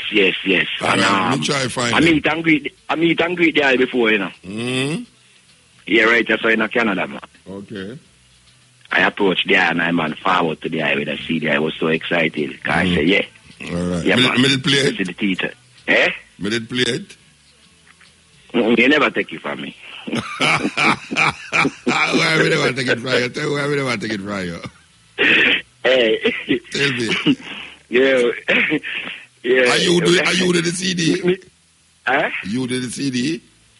If you see, yeah, man, me approach the eye, me say, yeah, me heart go so boop. No, tell me why me never take it from you. Can't believe me see this man in a living color and star. And yet me say, in Canada, yeah, so, what a feeling. No, tell me why me never take the CD from you. You know, the eye tell me say the eye bag full up, Rasta. Oh, the bag is full up. Oh, yeah, all right. Yeah, the eye tell me say the eye bag full up, man. Well, may I tell you? All right, sir. Yeah, me just say, all right then, That's you know. And, yeah, so they had the festival and they had perform. They had do a little thing they call something about ice cream. I tell them, say, you. Junk food. Yeah. And if I can recall, you tell the man and say, look on your man next to you and tell her, say, you messed up. Nobody, you know what I say. You say, you messed up. Yeah, but I don't mess up with this, but me know. Yeah, man, me know. So anyway, brethren, much love and respect for the work we do. And I say, love goes out to Xylophone and our family. All right, give thanks, listen. Is the cutting edge and I remember there with your man, may I tell you? Yes, El Muta. Yes, cutting edge. Yes, Mandingo. Yes, man. CM sheet. The wicked, evil, lying, hypocrisy of some of these Christians in Jamaica. Oh, you don't listen to me at all. Something else. Of course, man. Man, I was applauding what you was saying. All right. Let me repeat. The wicked, evil, lying, hypocrisy of some of these Christians in Jamaica is almost unbelievable. Rejoicing about the deaths of Africans in Haiti and with their lies about it's because of voodoo. Now, first of all, we make no apology as conscious Africans of voodoo, because voodoo is an African religion, spirituality. And the name of the creator in the voodoo religion is Mawulisa, Mawlisa, literally meaning mother, father. That show that you can't have the creator as a he. The creator has to be a combination of the male and female. Yeah. And these evil people saying that they're dealing with righteousness and love, rejoicing about the deaths and murders of men and women in Haiti and children, saying that is because of voodoo, when the real reason is because it is the voodoo religion that inspired the Africans of Haiti, led by the African high priest from Jamaica, Bookman, to rise up against the racist wickedness of these French people, Christians who murder, rape, and torture our people. And you don't hear them talking about why they don't rejoice about when people in Jamaica are murdered, like in my birthplace of Spanish Town, San Diego de la Vega, at 7 March Pen Road on Sunday night. When 7 people shot, 3 children, 2 adults. Dead, yes. They would be rejoicing and saying it is because of wickedness. Because them is well, them will say that, you know, them will say yeah. You have some little, I don't know want to say idiot rasta. You have some little idiot rasta about the place, you know, when something terrible happens to people, them say, see, they are wicked and wicked, why I'm dead, you know, wicked. Yes, and they don't know nothing about the people. A madness. Them are some little them are some idiot dreadlocks, no rasta. Yeah, man, I tell you, man, a terrible thing, man. It's true about his judgment, and they know nothing about the people. You know, these are miseducated, totally mentally enslaved people. The voodoo, when Bookman presided in the woods in Haiti that night to launch that revolution, he prayed to say, dash away the images of the European god and their gods, you know, them blonde-blue-eyed thing, and embrace the creator, African creator. This is what inspired our people to win. And since then, the Europeans have never forgiven the Africans of Haiti for freeing themselves and setting that example. This is why, the reason why so many deaths occur in Haiti, you know, is precisely because the Europeans have continued to oppress, invade and exploit Haiti, that the infrastructure is not as strong as it should be. That is what is causing it. Yeah. And the other day when the earthquake, your Clinton Foundation and your Red Cross, your so many people go down there, and none of them come out now. When them have to show with what them do down there, all the billions of dollars. What would the year go down? But listen, the American Red Cross got almost $500,000 US, and all the bill out of it is 6 houses. Oh yeah, you say 6. Because what to do is a scam, you know. The Clinton Foundation with thief in racist Bill Clinton and Hillary Clinton and these European so-called charities is where you call disaster capitalism, you know. They exploit people's sufferation to say they're collecting money, and the vast majority of money they keep for themselves. They are the original scammers, you know. Them talking about people in Jamaica scammers. Them call it administration. These wicked European Christians and atheists are the scammers. Them call it administration fees, like all the Red Cross now, them say administration fees, so them have to take jet for go down there. Yes. And them have to take jet and to go back. And them live in gated places in Haiti and things. Yeah, them say administration fee. The administration fee come up to more than the costs of building couple houses to the people them. Precisely. It's a big rip-off. Yeah, and most of the money don't leave the States or leave Britain or leave France. It's a big rip-off thing. And this is why we who want to help our people, we have to contact and deal with our African people in Haiti directly. Don't deal through these European institutions. They are thieves. Yeah, remember what Marcus Garvey said about them in his poem, the tragedy of white injustice, that anytime you feel like you're forgetting how wicked these evil racists are, just read his poem, The Tragedy of White Injustice. And we have these mentally enslaved ones talking about it's because of voodoo. It's because of voodoo that the people were free themselves from slavery, from torture, rape, where they were raping our little boys and girls, not just men and women, and all kind of things, and torturing them. Terrible, man. Wicked. And I hear you talking to a Jamo who he says he's an anarchist, about the Walter Rodney thing. Of course, at that time, you and I were at Kingston Technical. When on the 15th of October, Julius Shearer, the Prime Minister, JLP regime at the time, declared Walter Rodney persona non grata. Because he had gone to Montreal, some black writers conference, and thing. And so the revolt, not riots, the revolt started the following day on the 16th after he was declared persona non grata. And of course, I and Stokey Smith from Franklin Town and others, we were part of that demonstration and revolt against this unjust banning. But I noticed Ajama was saying something about Rodney being an anarchist. No, Rodney, never said that. No, he never said that, man. Oh, he never said that? No, okay, then.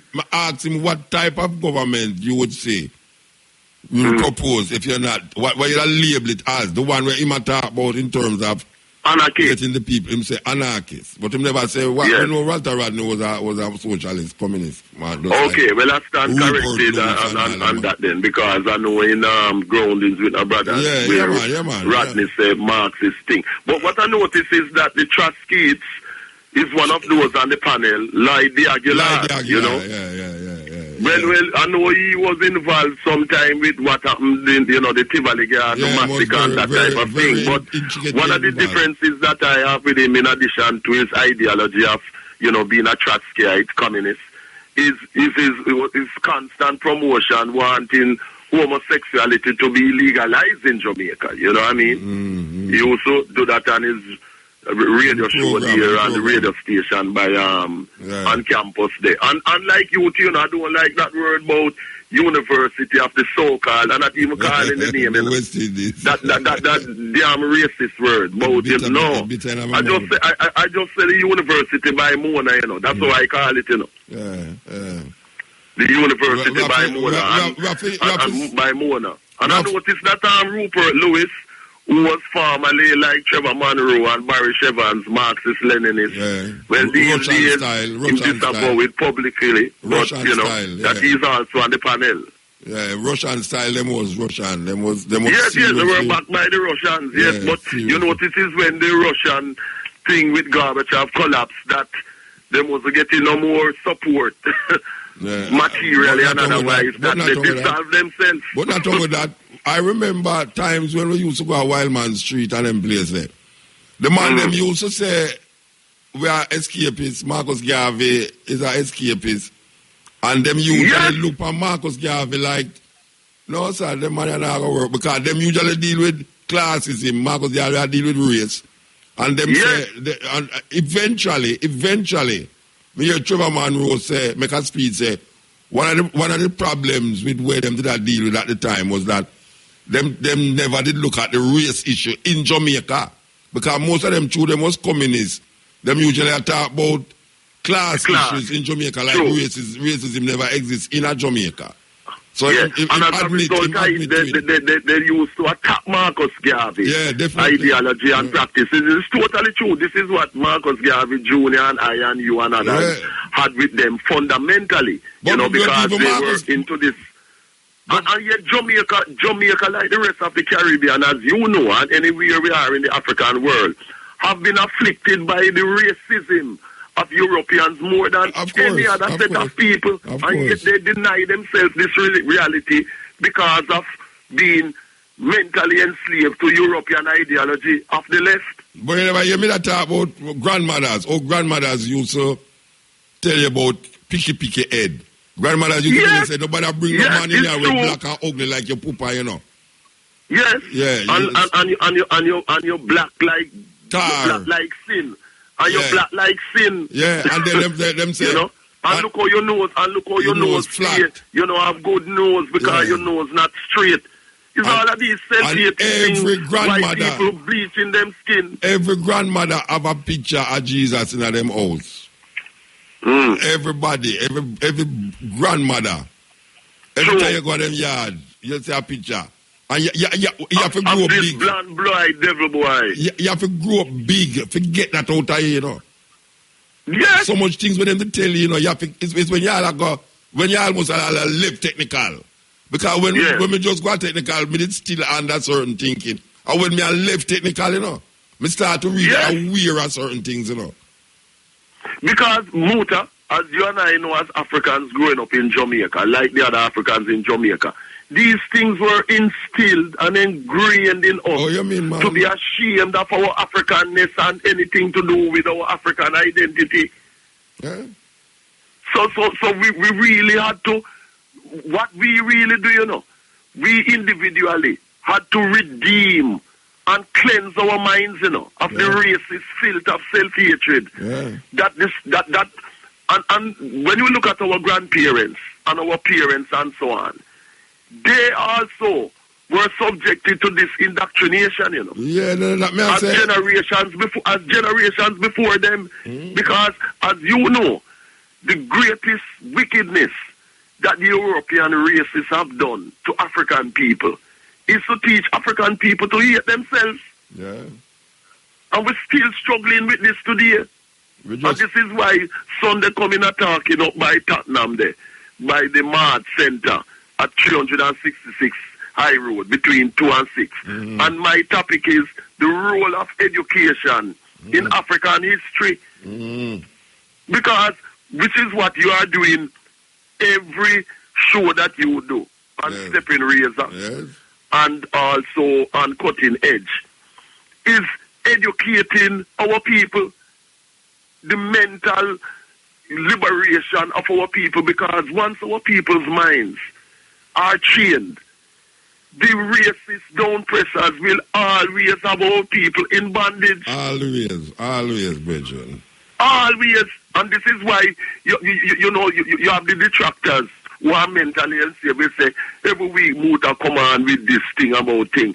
You have to do it every week because the enemies are there with their racist propaganda. Every day, every night, every hour, every minute, every second. Every Sunday, them go to church, go get instilled in the madness, you know. Yes, to get the slave miseducation re-indoctrinated in them. So we have to work non-stop to cleanse their minds. Well, stop, man. And we have an half year of Babandi. I spoke to him and Sharon Tucker Tuesday. And yes, man, and him say him listen to you and I. Him listen to you when I phone in and every week, man, and him love the work that we're doing. You everybody here, you know. Everybody here, you know. People ask me, so somebody ask me if I ask you something. Oh gosh, man. Somebody tell me must ask you something. Anytime you remember, you know, because you know with that, so no problem. I forget. But no problem. Anytime you remember. No, as I speak to you, I know it's look feet. As I speak to you, it's look feet. But no, man, I tell you, people, I must tell you that people look forward to hear, you know, trust me. Yeah, man, Muta. People, Muta and I, we are from Kingston Technical High School days, 82 Hanover Street from in the 1960s.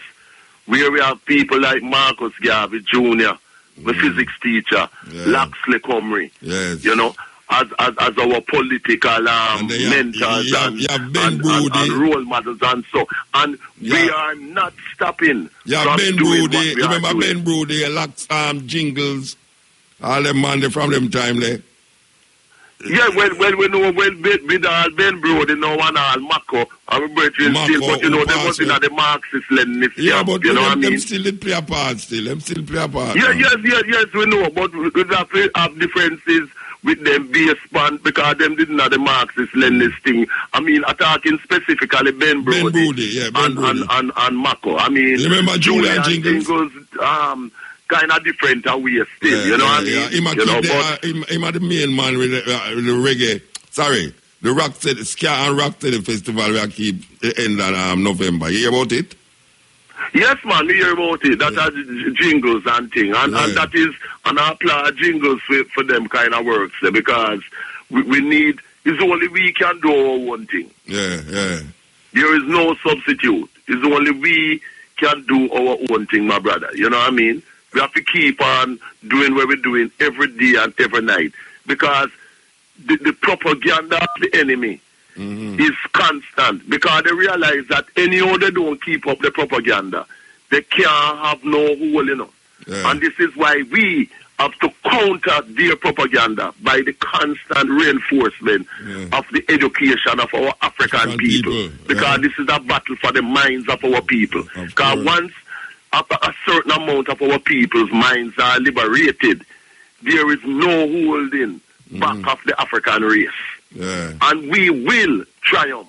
We will attain victory. I have no doubt about that, my brother. Good must overcome evil, man.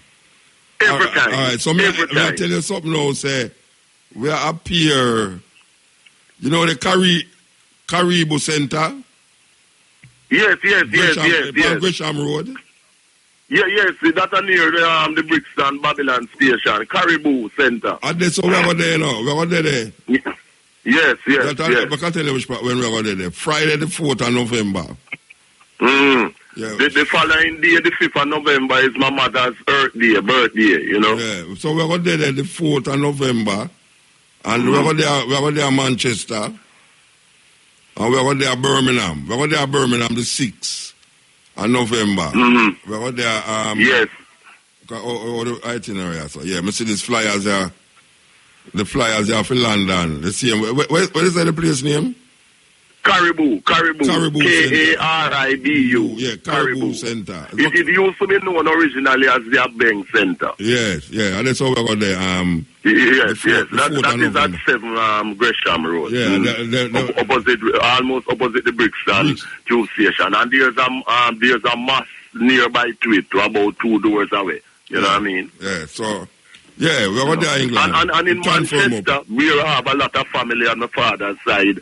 That will be, that is a good place because I remember it was in Manchester in 1945 that my mother's cousin Amy Ashwood Garvey, the first wife, and others, and Kwame Nkrumah and so on, you know, the 5th Pan-African conference, you know. They have it down there, and that may go, you know. 50 years now, I think 50 years of that, so...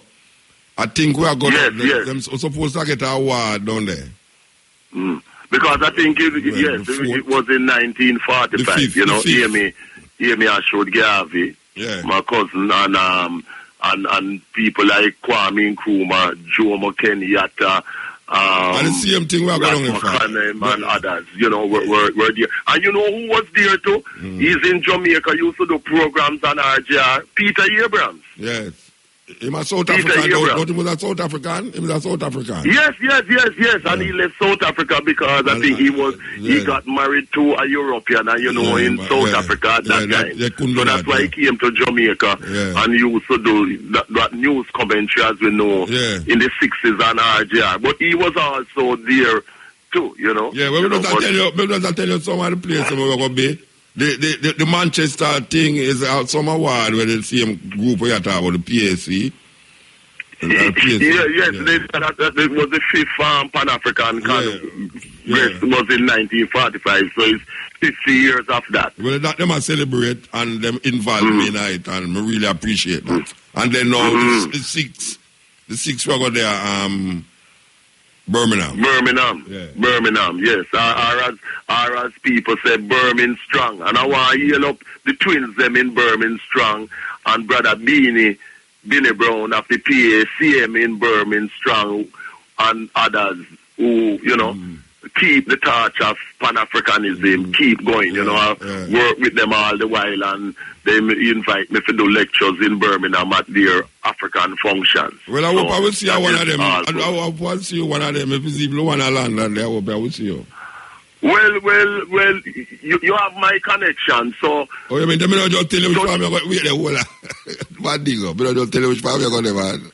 No, I know that. I know that. See? So, why you think me don't tell you what I tell you a while ago? Yes, me hear that. So, they know you have to be me know where you will be, because you're talking about 3 different areas. Yeah, so me not have your connection, but I just come down there, because I'm going there. All right. Everything is everything. See? All right, sir, give thanks, yeah. All right, bless. Yeah, man, all right. Cutting edge, yeah. Motor, how going? Blessing, man, cutting edge. Is everything good? Yeah, man. Anyway, first and foremost, man, big up the whole area 3 police. Okay. Which part of area 3? Where area 3 police there? Which part of area? We are talking about Clarendon. Oh, Clarendon, okay. Manchester and St. Elizabeth. Area 3 that? Yeah, man. How them come to that now? How them come to say area 3, and deal with 3 different parishes? Or explain it to me. Because I always hear that something and I can't figure it out. Alright, this is what them do. Them actually divide the country in different. For example, you would have St. Catherine North, St. Catherine South. They actually do it so that they can police the whole thing better. So them divide the thing and put an ACP over the whole thing for control. 3 superintendents are senior super to control the whole. These 3 parishes. Oh, so you have area 1 and area 2 too? Yeah, man. So which part of area 1? Area 1 would actually be like places like St. James, Trelawney, Hanover. Okay. And area 2? Yeah, man. Area 2 which part? Area 2 would have be places like St.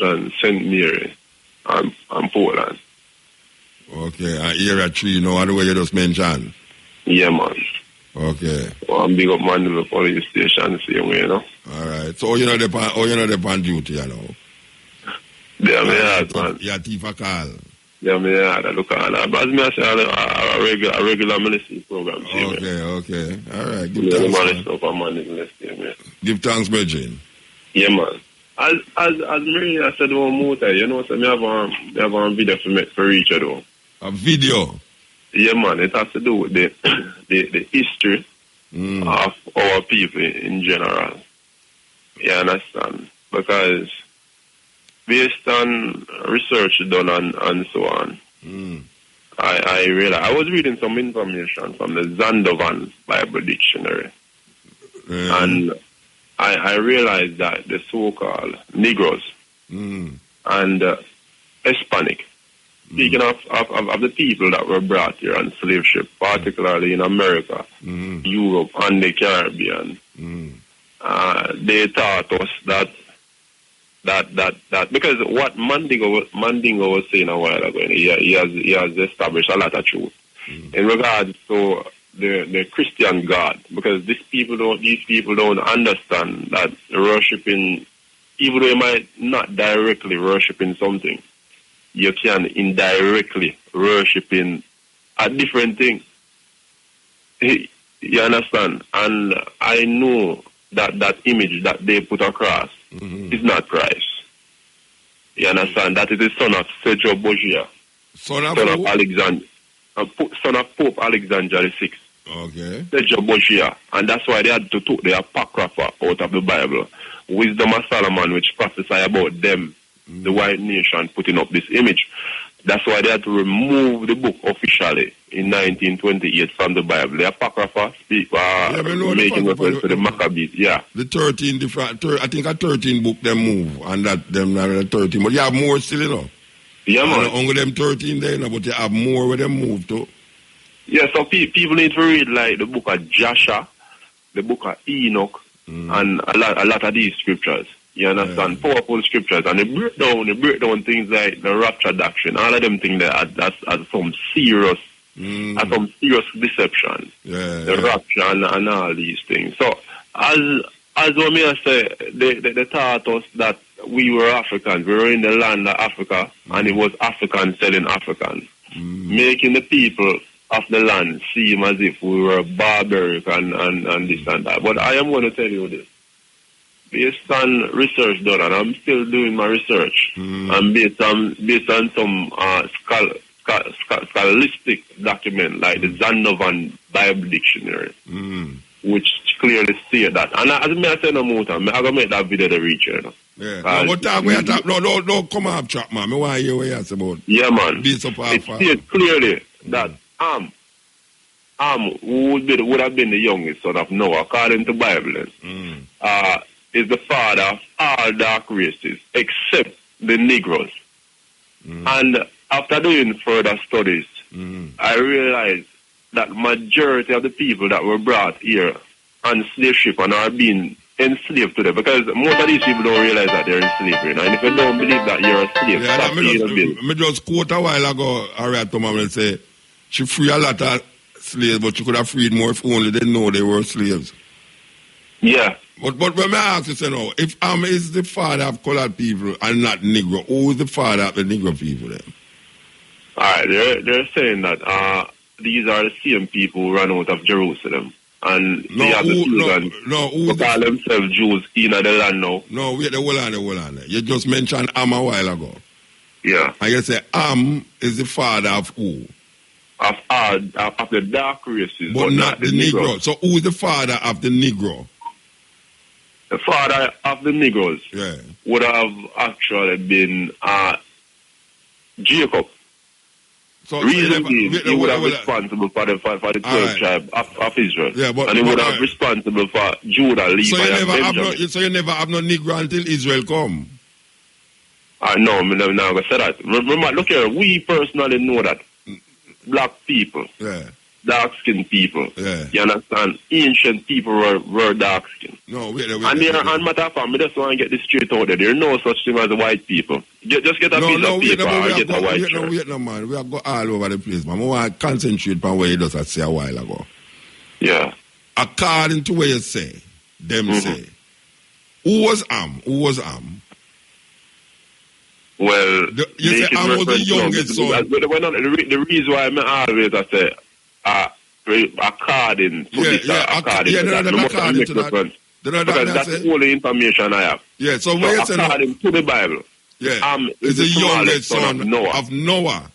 And then now you say now, is the father of all the colored people them. Yeah, except the Negroes. That not in the Bible though, you know. But we could say you have to say that now. All right, so now, the Negro them now start in Israel. Yeah. All right, so we could trace it now. Between Abraham, between Shem and Japheth. You know what generation come after that for reach Israel? To make Negro come according to what you are saying? So where you say now, from the time I'm dead, the three son them come out of the thing and breed and picnic come. You never have no black people until... Who are never black people, man? So who was it? So where you say them never have no Negro until Israel? Where you say that? No, you differentiate Negro from black people. We're black. If you notice, if you look at some of the Ethiopians or if you look at some of the Africans, you realize that there's a slight difference. When you look at the Negro, the true Negro, like myself and yourself, I realize that we have broader lips, we have broader nose, and we have a longer head. So them people never come until Jacob.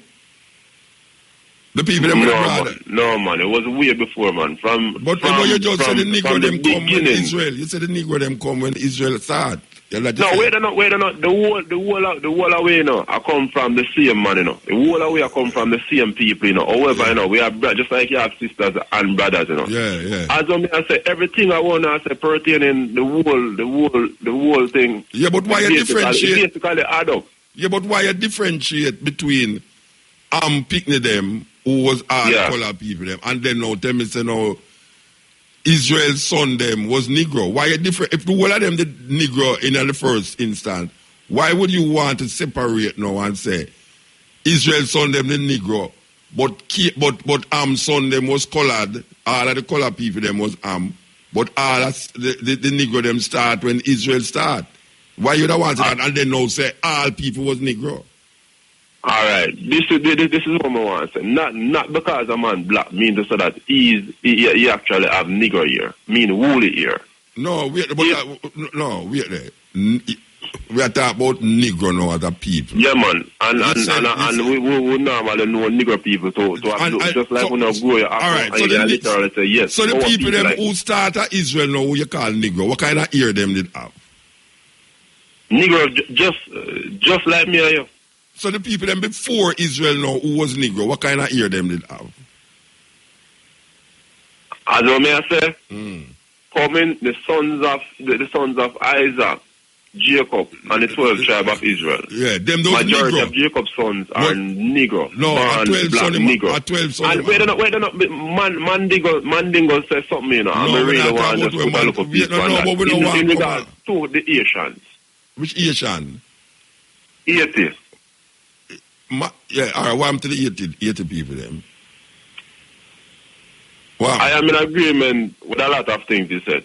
Yeah, but me agree to that things, but based on the whole oppression thing and based on what Haiti did, why you come off of the Bridging? Why you come off of the subject? The Maroons did, Yeah, but we not clarify what we that talk about a while ago. You gone at 80.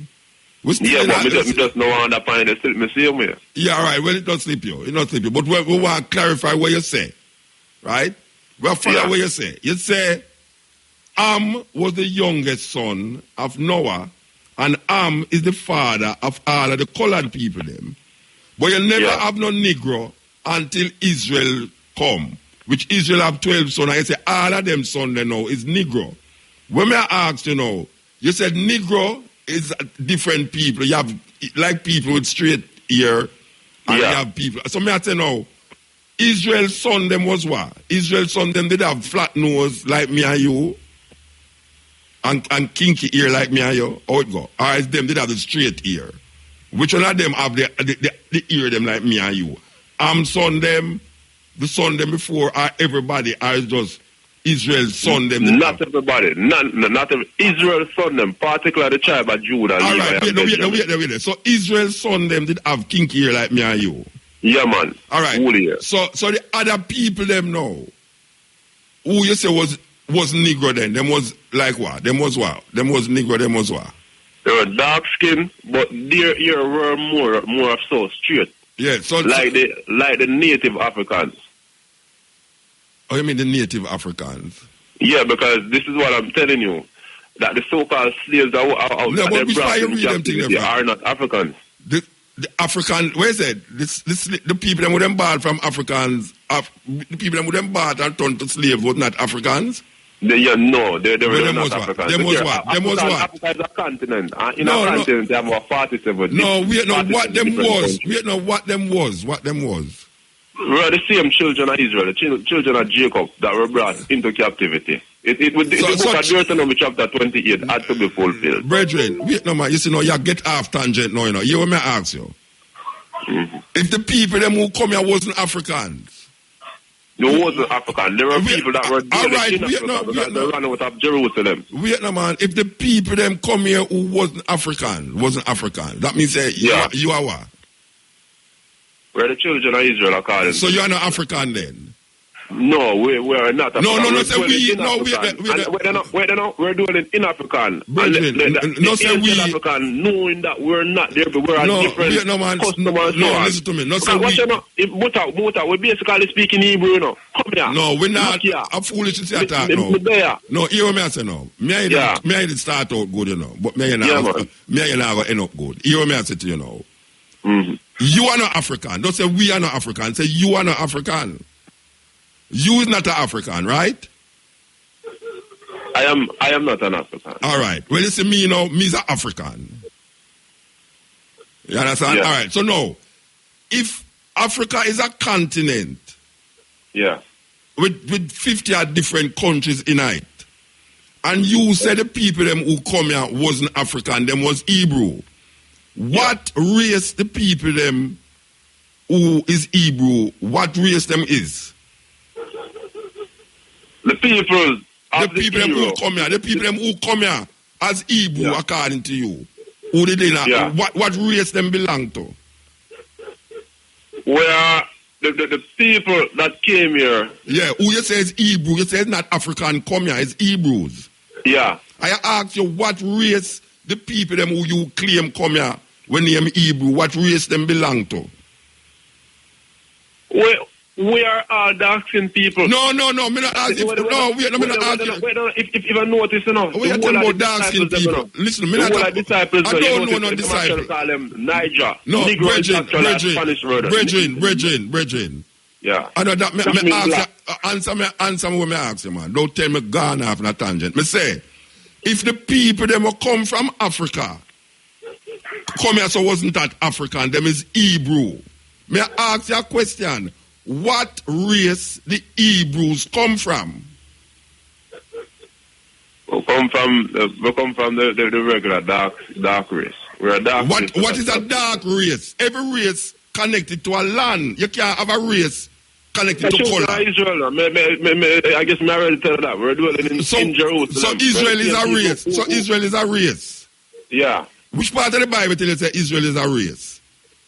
Because Israel is a nation. Israel is not a race, it's a nation. So yeah, it's actually a nation, so but this is what I'm saying. No, you're not No, wait there. If Israel is a nation, may I ask you again, what race bring this nation? The dark-skinned race. There's no such thing as a dark-skinned race. There's no such thing as a dark-skinned race, brethren. You don't have a dark-skinned race. Well, it's madness. You don't have a dark-skinned race. You still have different families, you know. I never said you have a different family. Really, I don't say you have different family, you know. I said there's no thing named dark-skinned race. If you say the Israelites was the Negro, what race those Negro belong to? What race the Negro them where you were talking about belong to? Well, black people. Black people are race. I try to show you. So wait, what race the father of all the colored people then what race sons them belong to? What race them belong to? Alright. Let me explain the thing. Yeah. The scripture say, you say? No, wait, no man. It's not scripture. You not tell me about a while ago. You tell me about a derivative of the Bible. Yeah, but watch out the Bible tell you about race. With the question, how you ask me more. Yeah, can't answer in the Bible. Based on how you ask the question, yeah, it kind of sticky. Me try to free out the whole thing. Oh, you think about it? Yeah, it kind of sticky. It's sticky. Based on how you ask it. All right, explain yourself. Me know say you're a great scholar. No. Nobody come up with them things, man. I'm foolish to say I talk about scholar. Me just attack.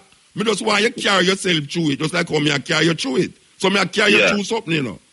Because you tell me now, say, you have some people named colored people where I'm bring, and then you tell me, say, Negro people start with a man who come way down the line, which is Negro people. You tell me, say, no, African never come on here, so. It's Hebrew them bring on here, so. No, because this is why me actually said that. They taught us in school, the whole Babylonian thing. They taught us that it was African selling African. No, but I am telling you that we were people that ran into the land of Africa. So the regular where we come from?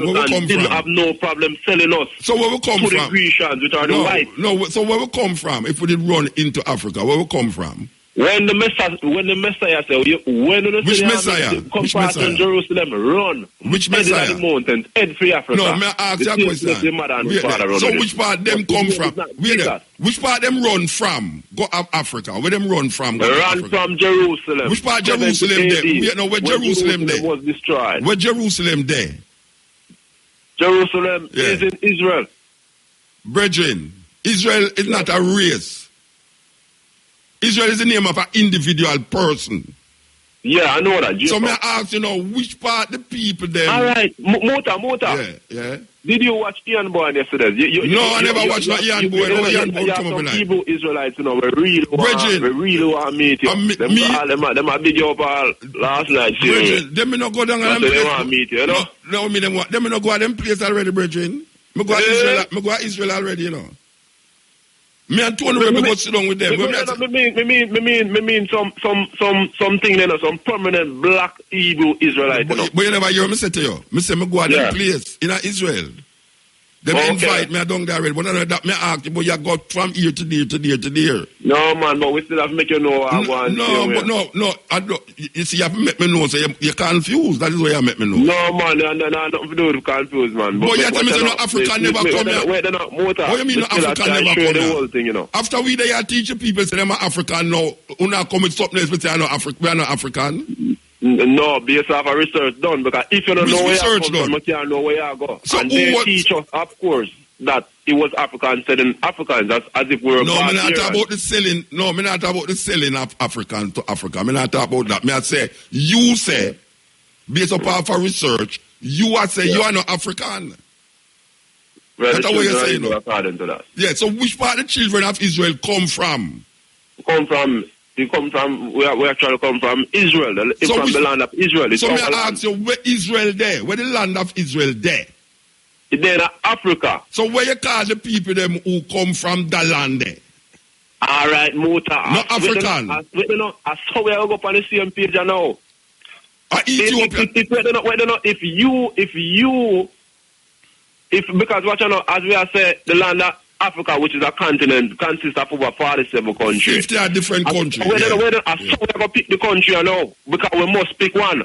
We have over children dialect. We must pick one. No, but and you pick which one? You pick the one named Israel. Israel. So what that means, because you pick Israel, you're not an African.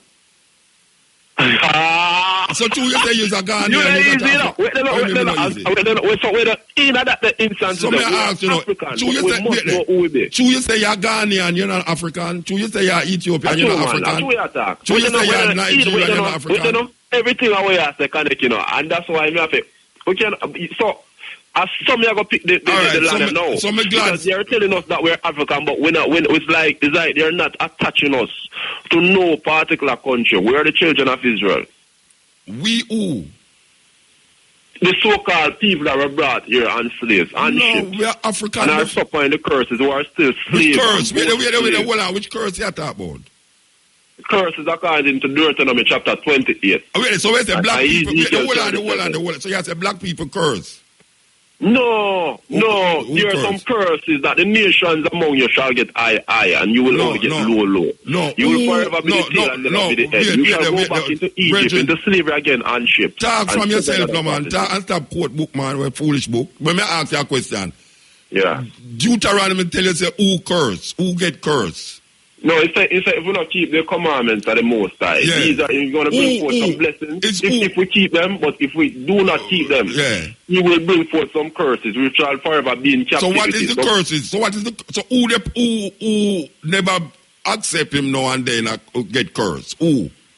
All right, we will mix it ourselves with the other nations. Who get cursed? The children of Israel got so cursed. You curse then? You curse because you're Israel? No. He said that these curses shall be upon you and the generation as a sign. Yeah, so you get cursed forever. Then? So who put the curse upon? And the children of Israel. And you is what? You're not a child of Israel? Yes, I am a child of Israel. That means you get cursed. All of us are suffering. No. Wait, no talk for all of we. Are you me a talk about? No talk about for all of we. You me a talk. You get no. You is because what them call the Jamaican and Haitian, and then not tell the people who them be. Yes, when you talk for them continent of Africa. Yes, when you talk about them things that you be talk about yourself. Not talk for me. Cause me no get curse. Me no curse. Me no have no curse for me. And my woman have no curse for me, and my people them have no curse for me. My people them are African before them are Israel. But look here. Anyway, we have to move. We have your land. We have your land. Believe you. Look at the advertisement. Them call me back. The advertisement will cut you. You have to call me back. You understand? All right. Call me back. Yeah. Play the motor. What? I'm there, man. Okay. Wow, man, you had some amazing discussion tonight. Yeah. Wow. Well, I'm not going to keep up too much of your time. I'm just going to go ahead and just drop some knowledge. But the last thing I'm going to deal with is like about Africa and the black people because, oh boy, Jamaica, Africa, America, wherever black people are, we got to get this thing right. We have to get our head together. Oh, boy. Anyways, let me go ahead and just start with this. All right. So pretty much y'all know I'm Dice from L.A. So, you know me, I study a lot of things and I research a lot. Let me just go ahead and drop some knowledge here. Okay, Muta, I know you got a computer in front of you. So, and Jamaica, write these things down. Don't just listen to me. Write it down so you can look it up for yourself. All right? The Egyptian Ark of the Covenant. Actually, the Egyptian Ark of the Contract. The Israelite people copy that and call it the Ark of the Covenant. What I'm trying to say to y'all people is that they copy everything out of Africa's life. Everything. The Yoruba tribe. In fact, even when God required blood from Abel, that was Yoruba's practice. Wow. Anyways, Genesis chapter 20. Look at Genesis chapter 20 and look at the book of Joshua chapter 28. It's the same characters, same story, just tweak it a little bit. You guys need to get a book of Joshua. You guys have to get a lot of ancient books. I do have a lot of ancient books. Some of the books that I have, I mean, they are very esoteric, meaning private knowledge. It's only a select few alone this knowledge is belong to. Anyways, Daniel chapter 7 verse 25. And it talks about, and he shall speak great words against the Most High. And he said, think to change time. Now, I'm going to tell you about this great clock, this great clock that the sun goes through. It's called it's going backwards now, so it's called a procession. And go forward, this is the equinox. This is you remember that statue, that Daniel statue, right? The golden head and the silver chest and the waist is bronze and the legs is iron. Well, those are all ages. The sun goes to the golden age. Remember, the Egyptians always talk about the golden age. Then there was the silver age. Then there was the bronze age, and then now the iron age. Now the clock is going back. And this is the reason why your government, because what happened when it goes back to the golden age, we're going to become enlightened. We're waking up. This is the reason why the Bible says, in the last days, knowledge shall increase. Because these assholes, these Roman people, know what's going on because they know the secret knowledge of the universe. This knowledge, be honest with you, y'all not supposed to know. I'm not supposed to know this thing. They kill us if we know these things. But you know what? They're going to try to put chips in your bodies. That's the reason why right now, every one of the banks I bank with right now, they're sending me out all of my cards, my credit cards, my debit cards, they all have chips in there. I refuse it. They says no. They turn up my other cards without the chips. Every one of my cards have to have chips in there in order for me to use it. They're going to put, they already talk about the news over here already about chips already. It's as the size of a rice grain. It's called the RDIF chip. Now, here's the funny thing about that chip. The chip is in there, and all your information is on there. Not only can they turn off your bank account, but also they have cyanide in that chip. The chip is in the middle, then they have a capsule around it with cyanide in there, so they can poison you. because they're losing control, because people like me and Muta and all the other people are waking the hell up. And all y'all going to wake up too. Y'all going to come to realize that this Bible is just pure garbage. And by the way, let me go ahead and say to the gentleman that was there before, boss man, you are confused. You are mixing up so much different stories, bro. And I don't think Ian Boyne and Mr. Chisholm should be the ones you should be listening to, because they are confused as hell. One of the greatest men I used to listen to, Dr. Miles Monroe, he died in 2015 or 14, somewhere around there.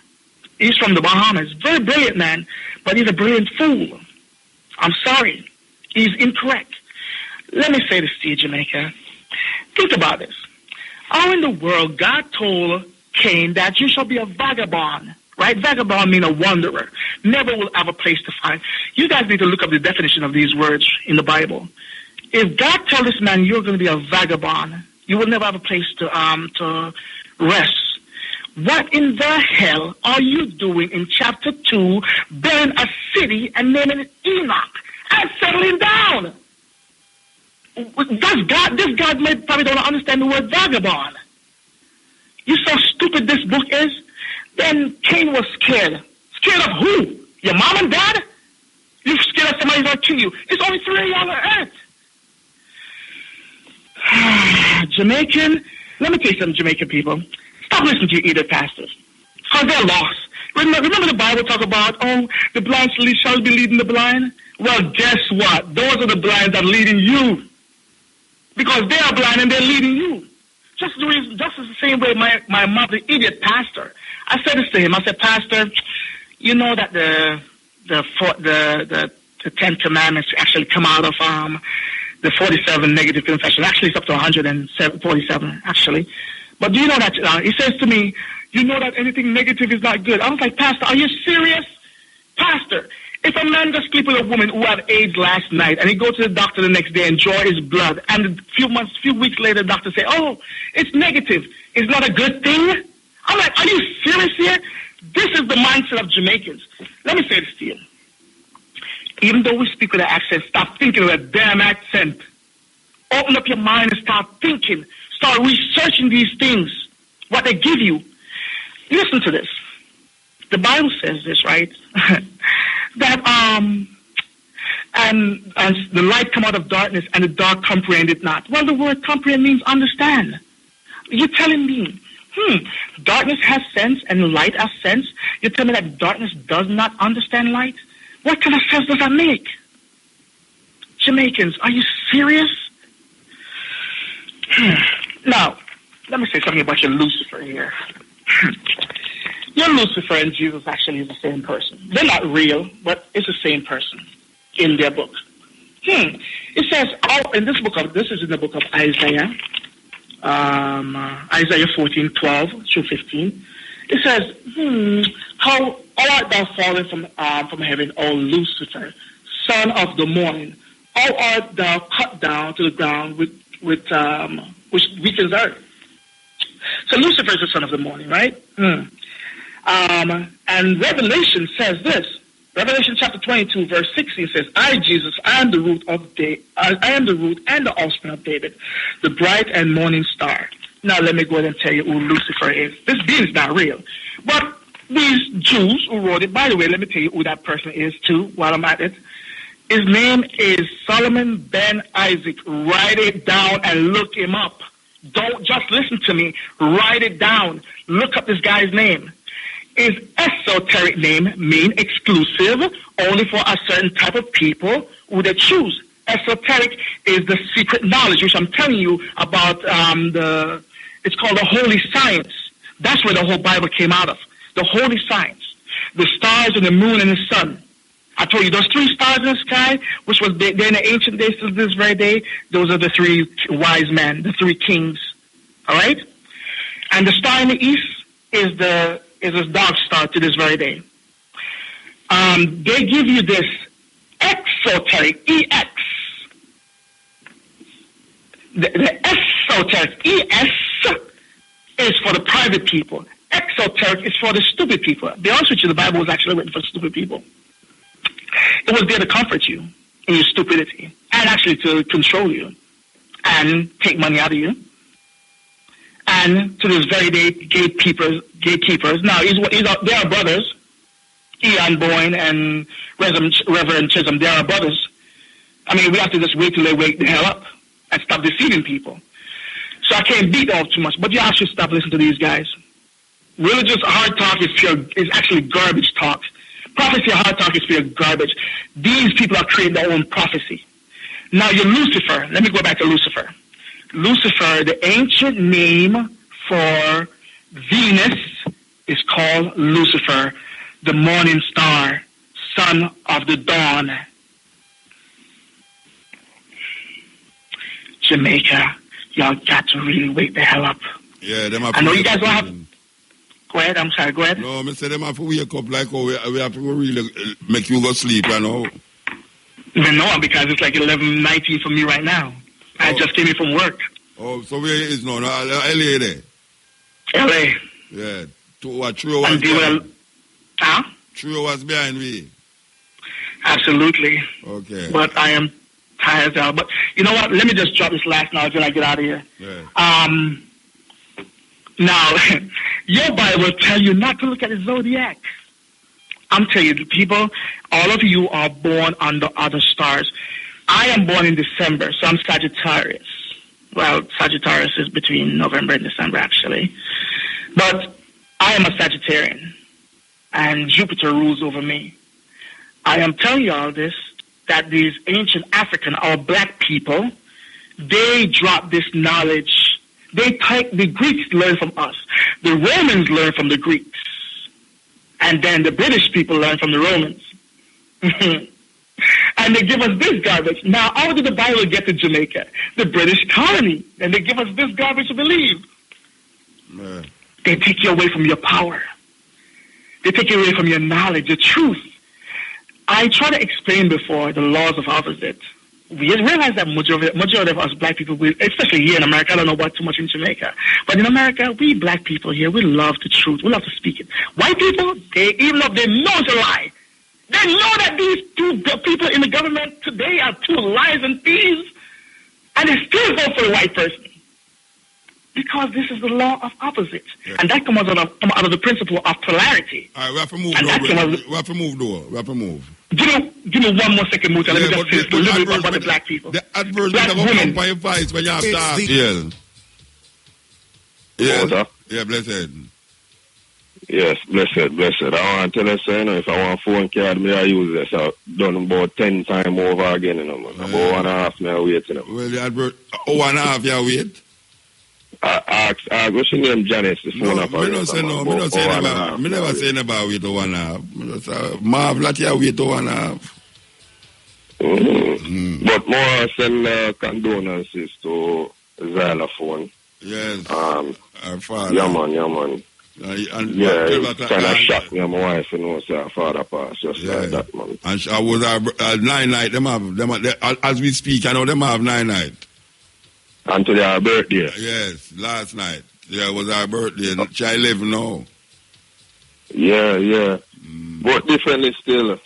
What may I call about, you see, we begin the program with, we have a friend, man. What we begin the program with again? Remind me what we talk about now. With the whole Haiti stuff. Okay, yeah. I know the Christian them thing. But me have a friend, man, close friend, and me see him put up a post on social media, so the same thing where I say about all Milan him followers, them go up on the post, go pray to her. So, you see me as a man now, I don't really follow up with certain things, I don't really talk certain things on social media, because religion is just a thing where I don't really have time to explain to people about certain things. But you see that thing that touch me no more, because you see, when we notice how you are assisted, when we notice on social media, you see Christian them, those are the main people where lick out, not even to lick out, but I feel somewhere with the storm not eating Jamaica and I go to Haiti. Like it's a good thing that. It's a good thing that God make it not like Haiti, but it's God make it match up over there, so because the people them is all not Christian, I can't do what them think. According to what them say. Me see some ignorant people that say, boy, Jamaicans worship Jesus Christ and Haiti worship devil. And I always say, listen, I always tell people, it says that there's a difference between people who travel outside of them country and people who not even go to airport yet, because their knowledge is so restricted. If you don't travel and know people, you will only be left to the hands of what people tell you. Yeah. You understand what I say? Yeah. So I tell my brethren, say, listen, man, you try to tell me, say, the jet stream and the temperature and the ocean and the air, all of these elements that contribute to how a hurricane operates. God create them things. So we are trying to tell me, say, none of these things never have to do with hurricane in Jamaica. That's a prayer, man. Just a prayer. So I tell him, listen, Almila is a selfish pastor, because if him and him followers them only a prayer, so the hurricane don't let Jamaica. Why never pray so the hurricane just go in at the ocean? Why but that him did say with Ivan too, you know what I say? And that him did say with Ivan, you know. Ivan never lick Kingston, it go lick St. Elizabeth, but wait now. Now him a pray again if it go in and it go in. But the Sunday before the hurricane, him did say it not go lick there because of the wickedness. Me hear him sit down and that no, that man is not easy. Him did expect it to leak because him say Jamaica reach a point now where the place get too wicked, so them deserve to get a leak. And them never get no leak.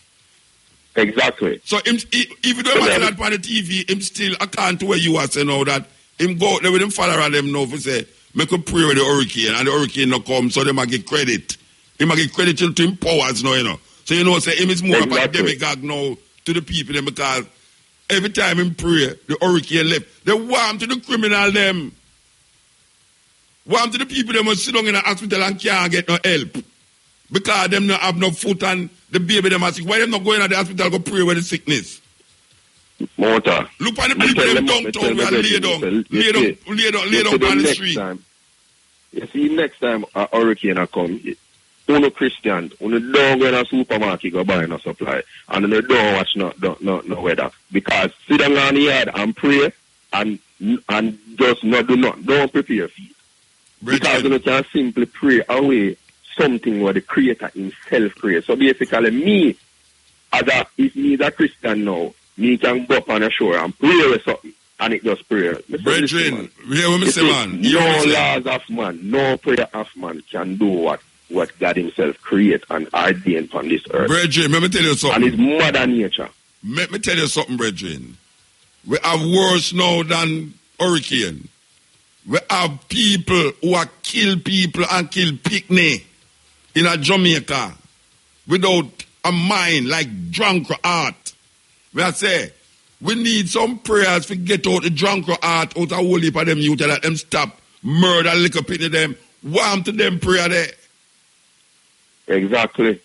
Warm to the people that will lay down on the roadside downtown in front of along East Queen Street. Warm to the people that will lay down and eat down Peter's Lane. And I need the old Bank of Jamaica there. Warm to them people there. Warm to the man them will walk up on 1 foot and can't walk. Pray for the man get back in foot. Warm to the little old lady and where the people them can't walk, where have arthritis and all.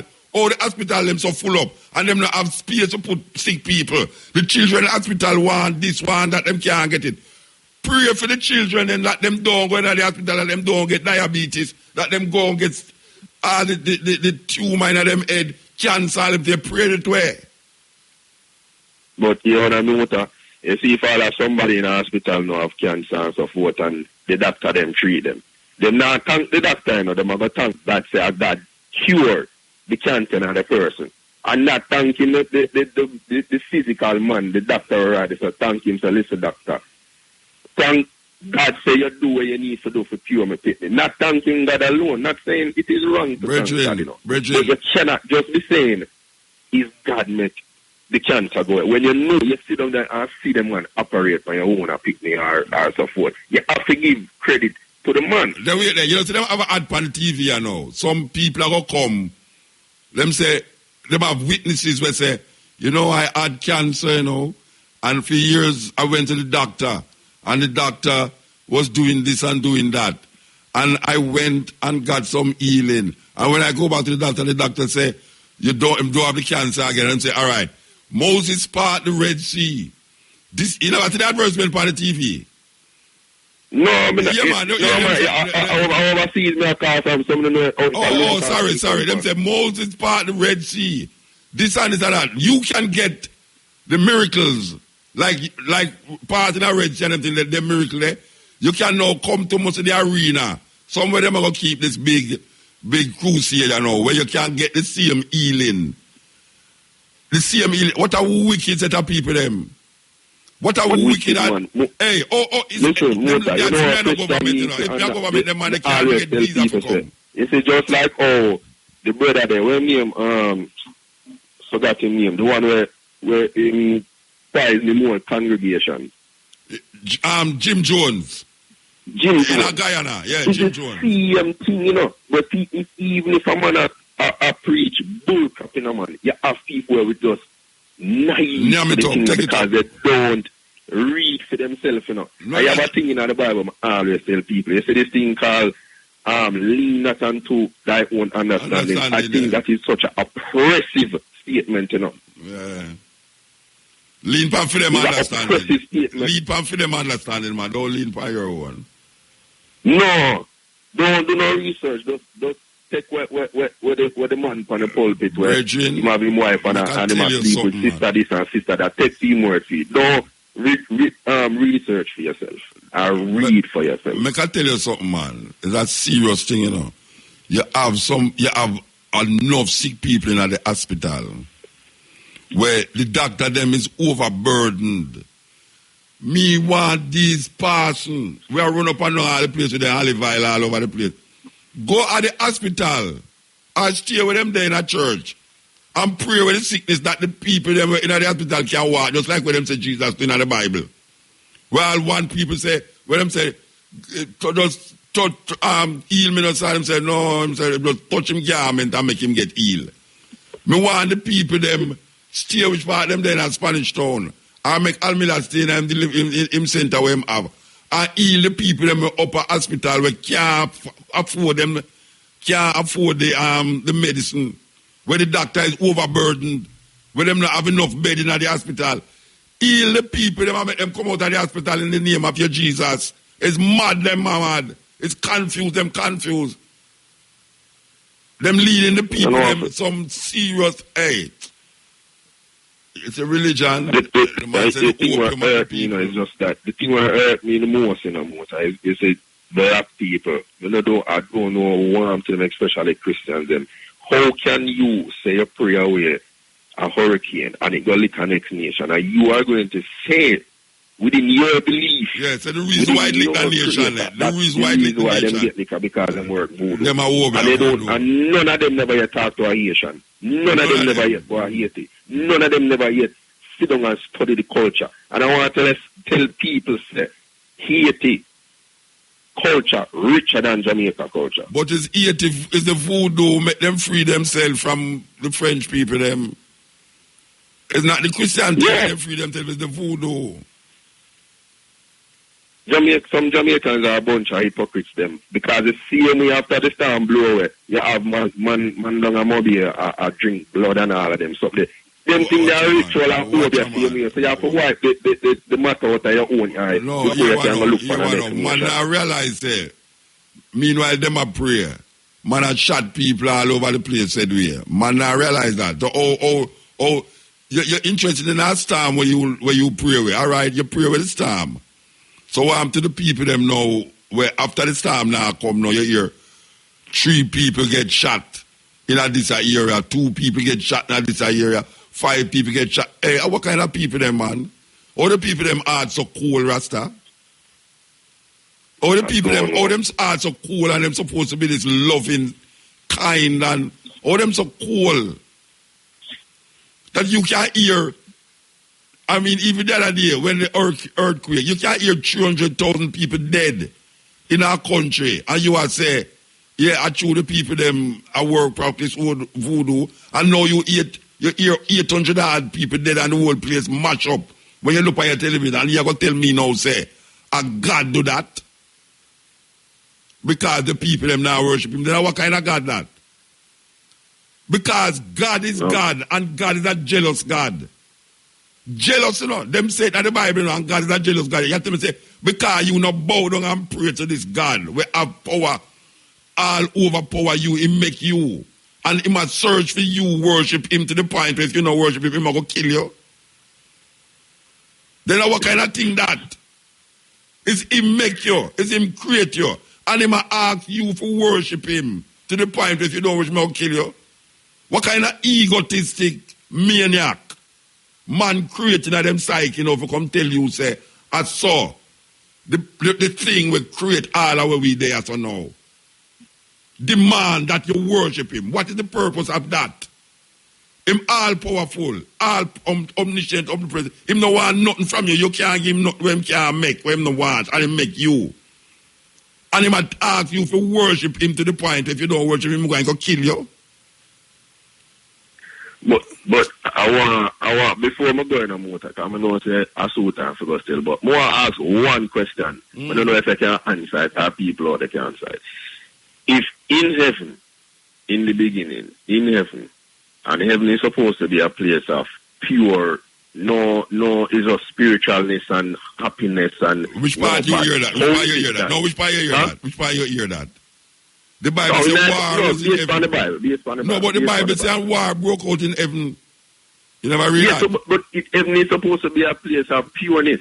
War broke out in heaven. My question to you, Christian, is how is it that a place of pureness, how did animosity and envy develop in a fallen angel by the name of Lucifer? Heaven is supposed to be this pure place. It's mythology, man. It's Greek and Roman mythology. It's Greek and Roman mythology. It was created by the Greeks and the Romans. These ideas was created by Greeks and Romans. That people in the heaven, they will wing a trumpet a blow. And when you hear the trumpet blow, what them are what? Them are the scatterlights? A madness. Anyway, we have to move, brethren. Yes, just want to big up yourself, big up Mandingo, and all of the callers, man. Big up Miss Janice, the operator. All right, sir. It's a weird thing, It's a weird thing, man. And you have people that say, Lord God, hear the boy, Jesus, have mercy upon his soul. How can a man sit down for the rain and a blast? How them allow him to sit down and a blaspheme, so? Watch a man. If my God is the God when me hear my grandmother talk about and my great-grandmother talk about and people when me go to church me hear them talk about, if that God is what them call the jealous God, the God where we put you in a brimstone and fire because him so egotistic that if you not worship him and pray to him, he will kill you. Me no in a that God. Because me know say, when things happen on earth, so, and them people, them feel it the most. So me not nothing with that. You understand? And me must go think now, say, when me dead, what going to happen to me? When me are dead, I figure that out for. Life is just for living. You never hear the man Ernest Smith said, see the cat sitting on the mat. That cat is me and that cat is you. Yes. El. Yeah, Muta. Yes, Mandingo. I tell you, man, me so vexed that me no mind. We have to spend more money for phone you forward. Me I hold back a long time, but it no matter. Money don't mean nothing. The way me vexed. When you know, say some of these wicked, evil Christians, them are praise bad things happen to me, because of the way I said it. Yes, man. Them are pray. Me I tell you, them evil. Then you say all the little brother they will come with him. I talk about say we as African people, but we curse and but we are Israelites and them idiot. No, first of all, Israel as you and I know, is just a title where the boy Jacob get, you know. Because Jacob by him name, and Israel, and here all the title. Far to the Lord, and it means one who wrestle with the Creator. And overcome. How you feel wrestle with the Creator? A madness, man. A madness. People say you as an Israelite, you follow wickedness. And we are not Jew and not 12 tribe of Israel and not Abraham thing. I as Africans, their own thousands of years before. Yeah, but him realize. Him realize those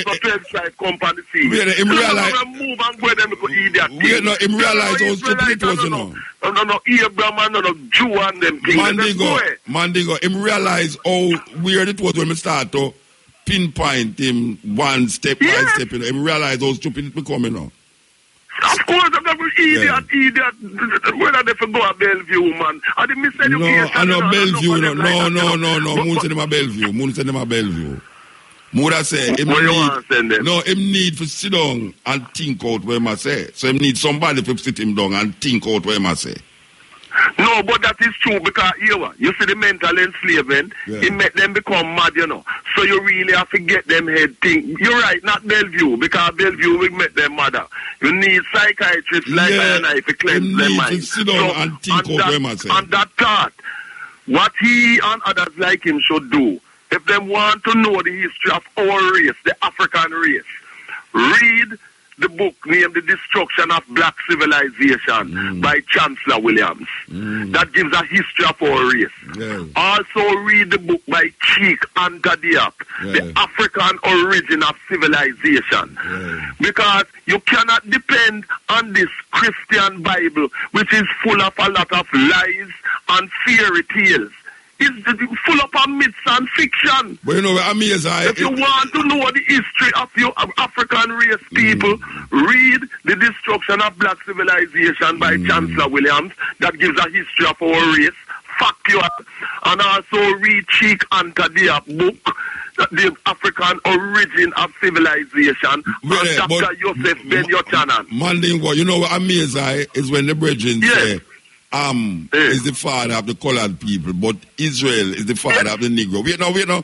And when we start to ask him now, so tell me something now. Yeah, tell me, say now, the people, them, the colored people, them come before the Negro, them. So when who are the Negro, them say everybody are Negro. Mr. Bridget, well, you know, see the conflicting thing, you know. Because if you say Negro start with the 12 tribe of Israel, what was the color, what was the race of the people, them, before Israel? Exactly. If I'm the father of black people, what color was Noah?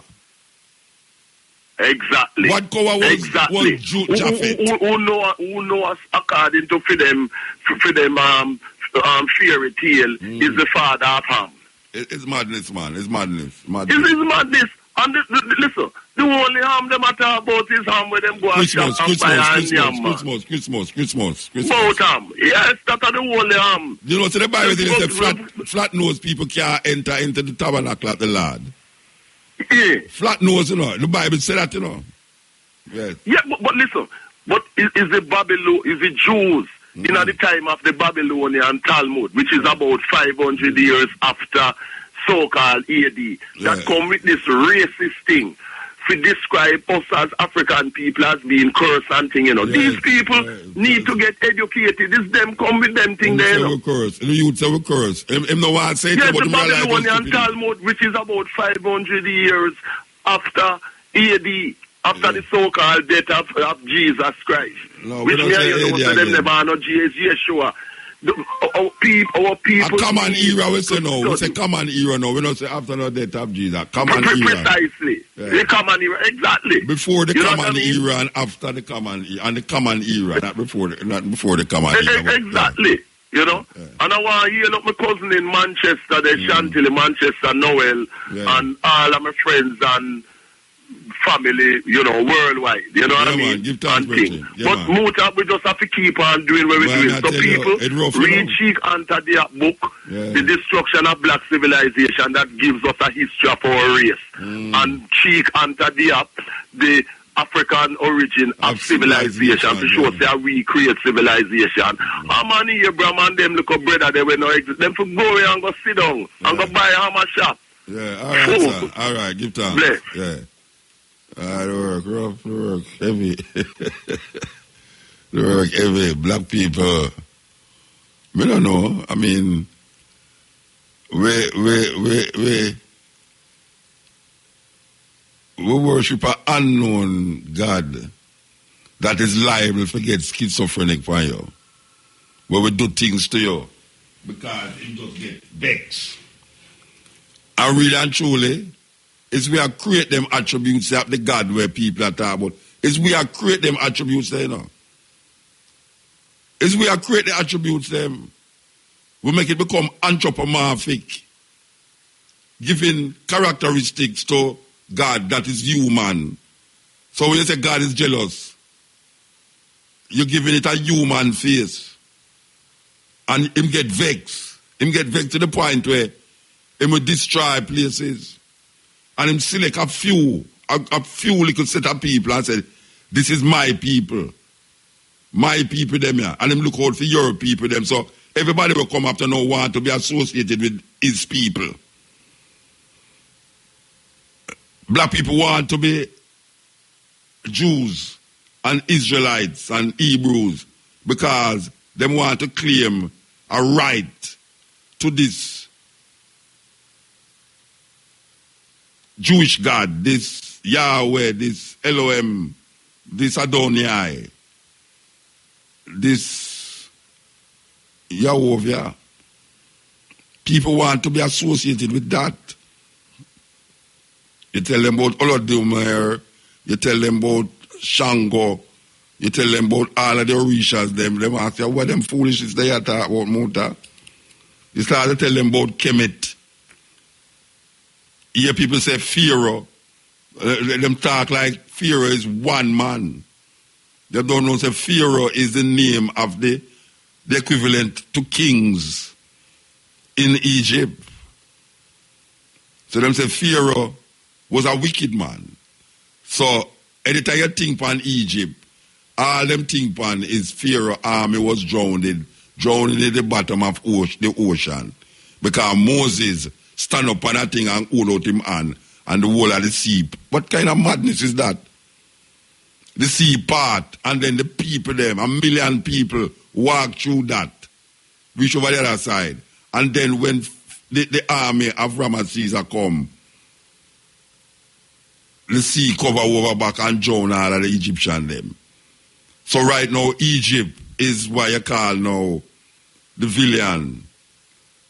So we take the side of the people them who reach over the other side of the water and they will vilify our ancient people them who give civilization to the Greeks and to the Romans.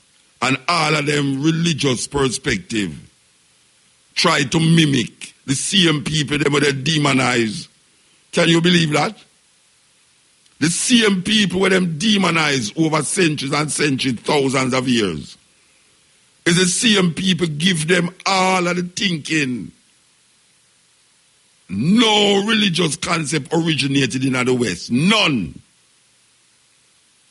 No spirituality came out of the Western Hemisphere. All of the things that you hear people give credence to as it relates to spirituality come from the East. In some serious mountain. India. China. We up in Tibet. Africa. In the center. At the top. East, West, North, South Africa. And them come and them rape and rob and take away all of those kind of understanding and carry it back to them place. And twist it and turn it and shape it to satisfy themselves. And then them throw it back. And when we say no, we're going back to the root. And no, we're not to the branch. We're going to the root of the thing. You hear say, no, you can't go to the root. A foolishness. Keep with the leaf them. Stay with the leaf them. Those of us who decide that we're going to go to the root of the thing, we start to be looked upon as crazy. Why you want to bring up that? What kind of foolishness that you have around your neck? Where you think that about? Where you think that for? You know, she say, I mean, really? Really? You demonize everything that is African. Black people don't know to say something wrong. Or one place in the world so demonic, and the other place, you can't find nothing bad in the other place. Nothing. I talked to some youth the other day, and I said to them, how come we have jungle? And when you think upon jungle, what you think upon? Matrix, when you think upon jungle, what you think upon? Lion and tiger and Yamo people. Yeah. When you think upon forest, what you think upon? Just big tree. Yeah. Yogi Bear and Bugs Bunny. and the blouse and skirting there. When you think upon, you ever hear the forest in Africa? You ever hear the jungle in America? A forest in America and jungle in Africa, because jungle is the part where you're getting them up. And forest is the place where you're going to picnic. Yogi Bear and teach people lunch. You think them easy? And we suck it in. We suck it in. You ever hear about any tribe in Europe? Tribe? Yeah. A pure Africa tribe there.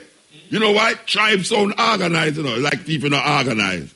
But you have the nations. And you have a whole heap of tribe in Europe, you know, not Finland and all, it's at the Caucasus Mountain, you know. A whole heap of tribe up there, you know. Then I me go to Finland, you know, go up in some tribe, it's part of some tribe there, you know. Them play some rotted music up there still. I tell you, is that way that you have indigenous tribes in Europe, you know. People don't recognize tribes not only amongst indigenous dark-skinned people. You understand?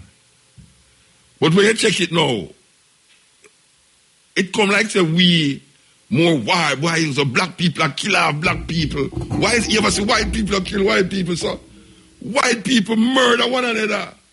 World War I and World War II was the most devastating human, what they call it, I mean, slaughter ever gone amongst human being against human being. World War I and World War II. Millions of people dead. And white people are kill white people. And them take we and put we inside of the war there.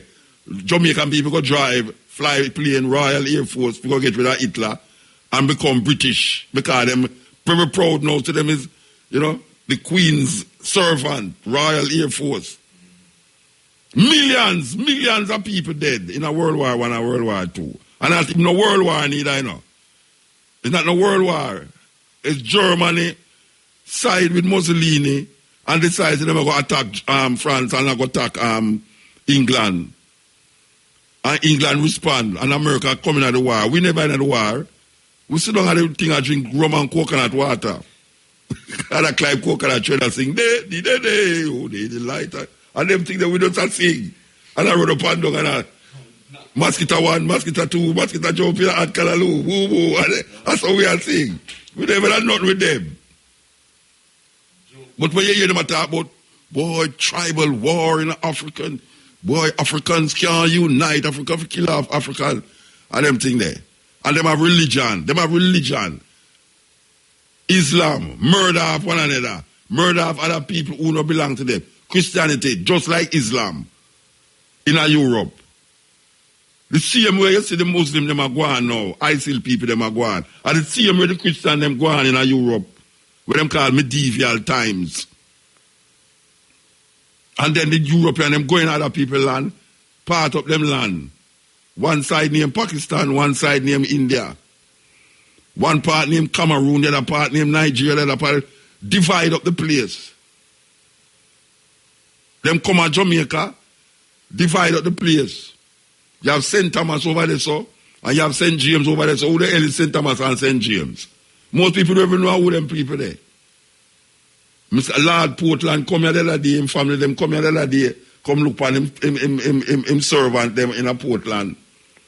St. Elizabeth, St. Anne, all of them people there. No have nothing to do with me. And if you start out, well, you have to change the name of the people, and say, why you want to change those names? What good does that serve to do these things? I mean, it never trouble you. It's trouble way because it disconnect way.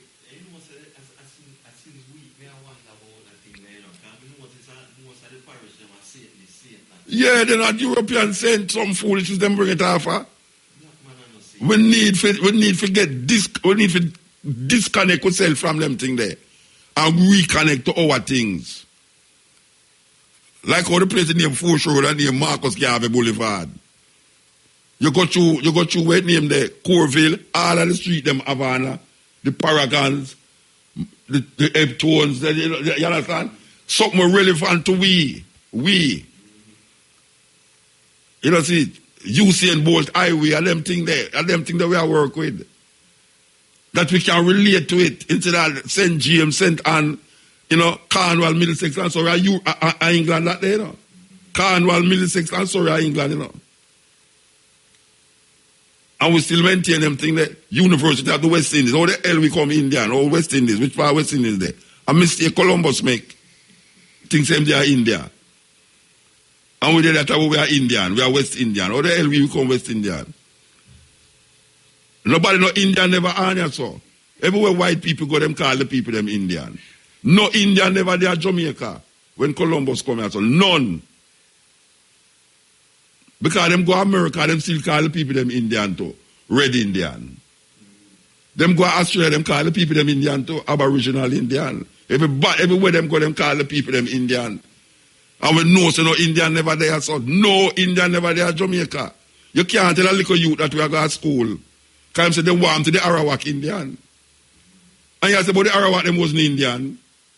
A Columbus to them land out the same things they are Indian the day.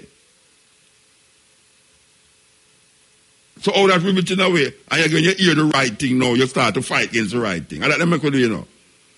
When you hear the right thing, you fight against the right thing. Because me say no Indian never there, you some people on the car, when Mutal talk, but them never go to school. They set a punishment fee. So what to the Arawak them are what? I say about the Arawak them are no Indian. And me see Columbus make. Everybody knows that Columbus dead in a prison in Spain. Was the most a criminal when them go back? He was no hero, you know.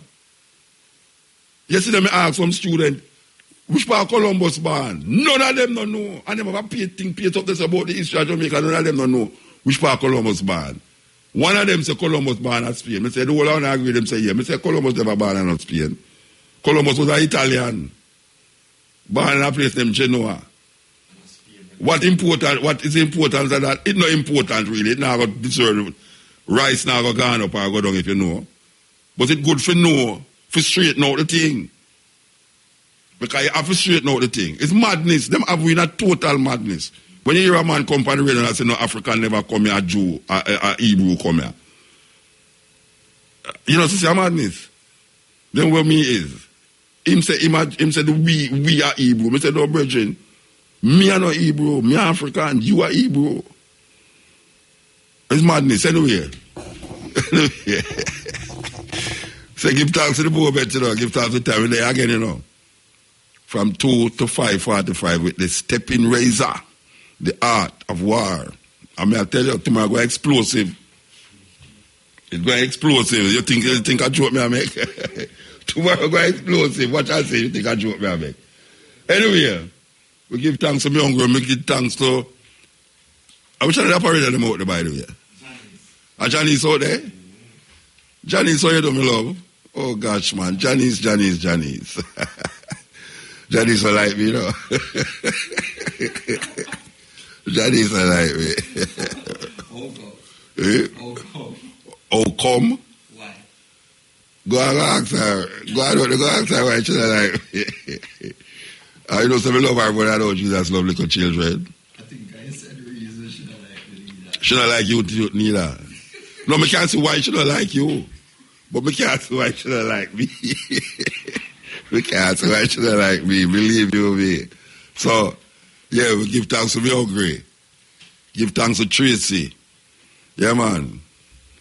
We're gone, you know. With this tune, I know, make Matrix come set up him there till 6 o'clock.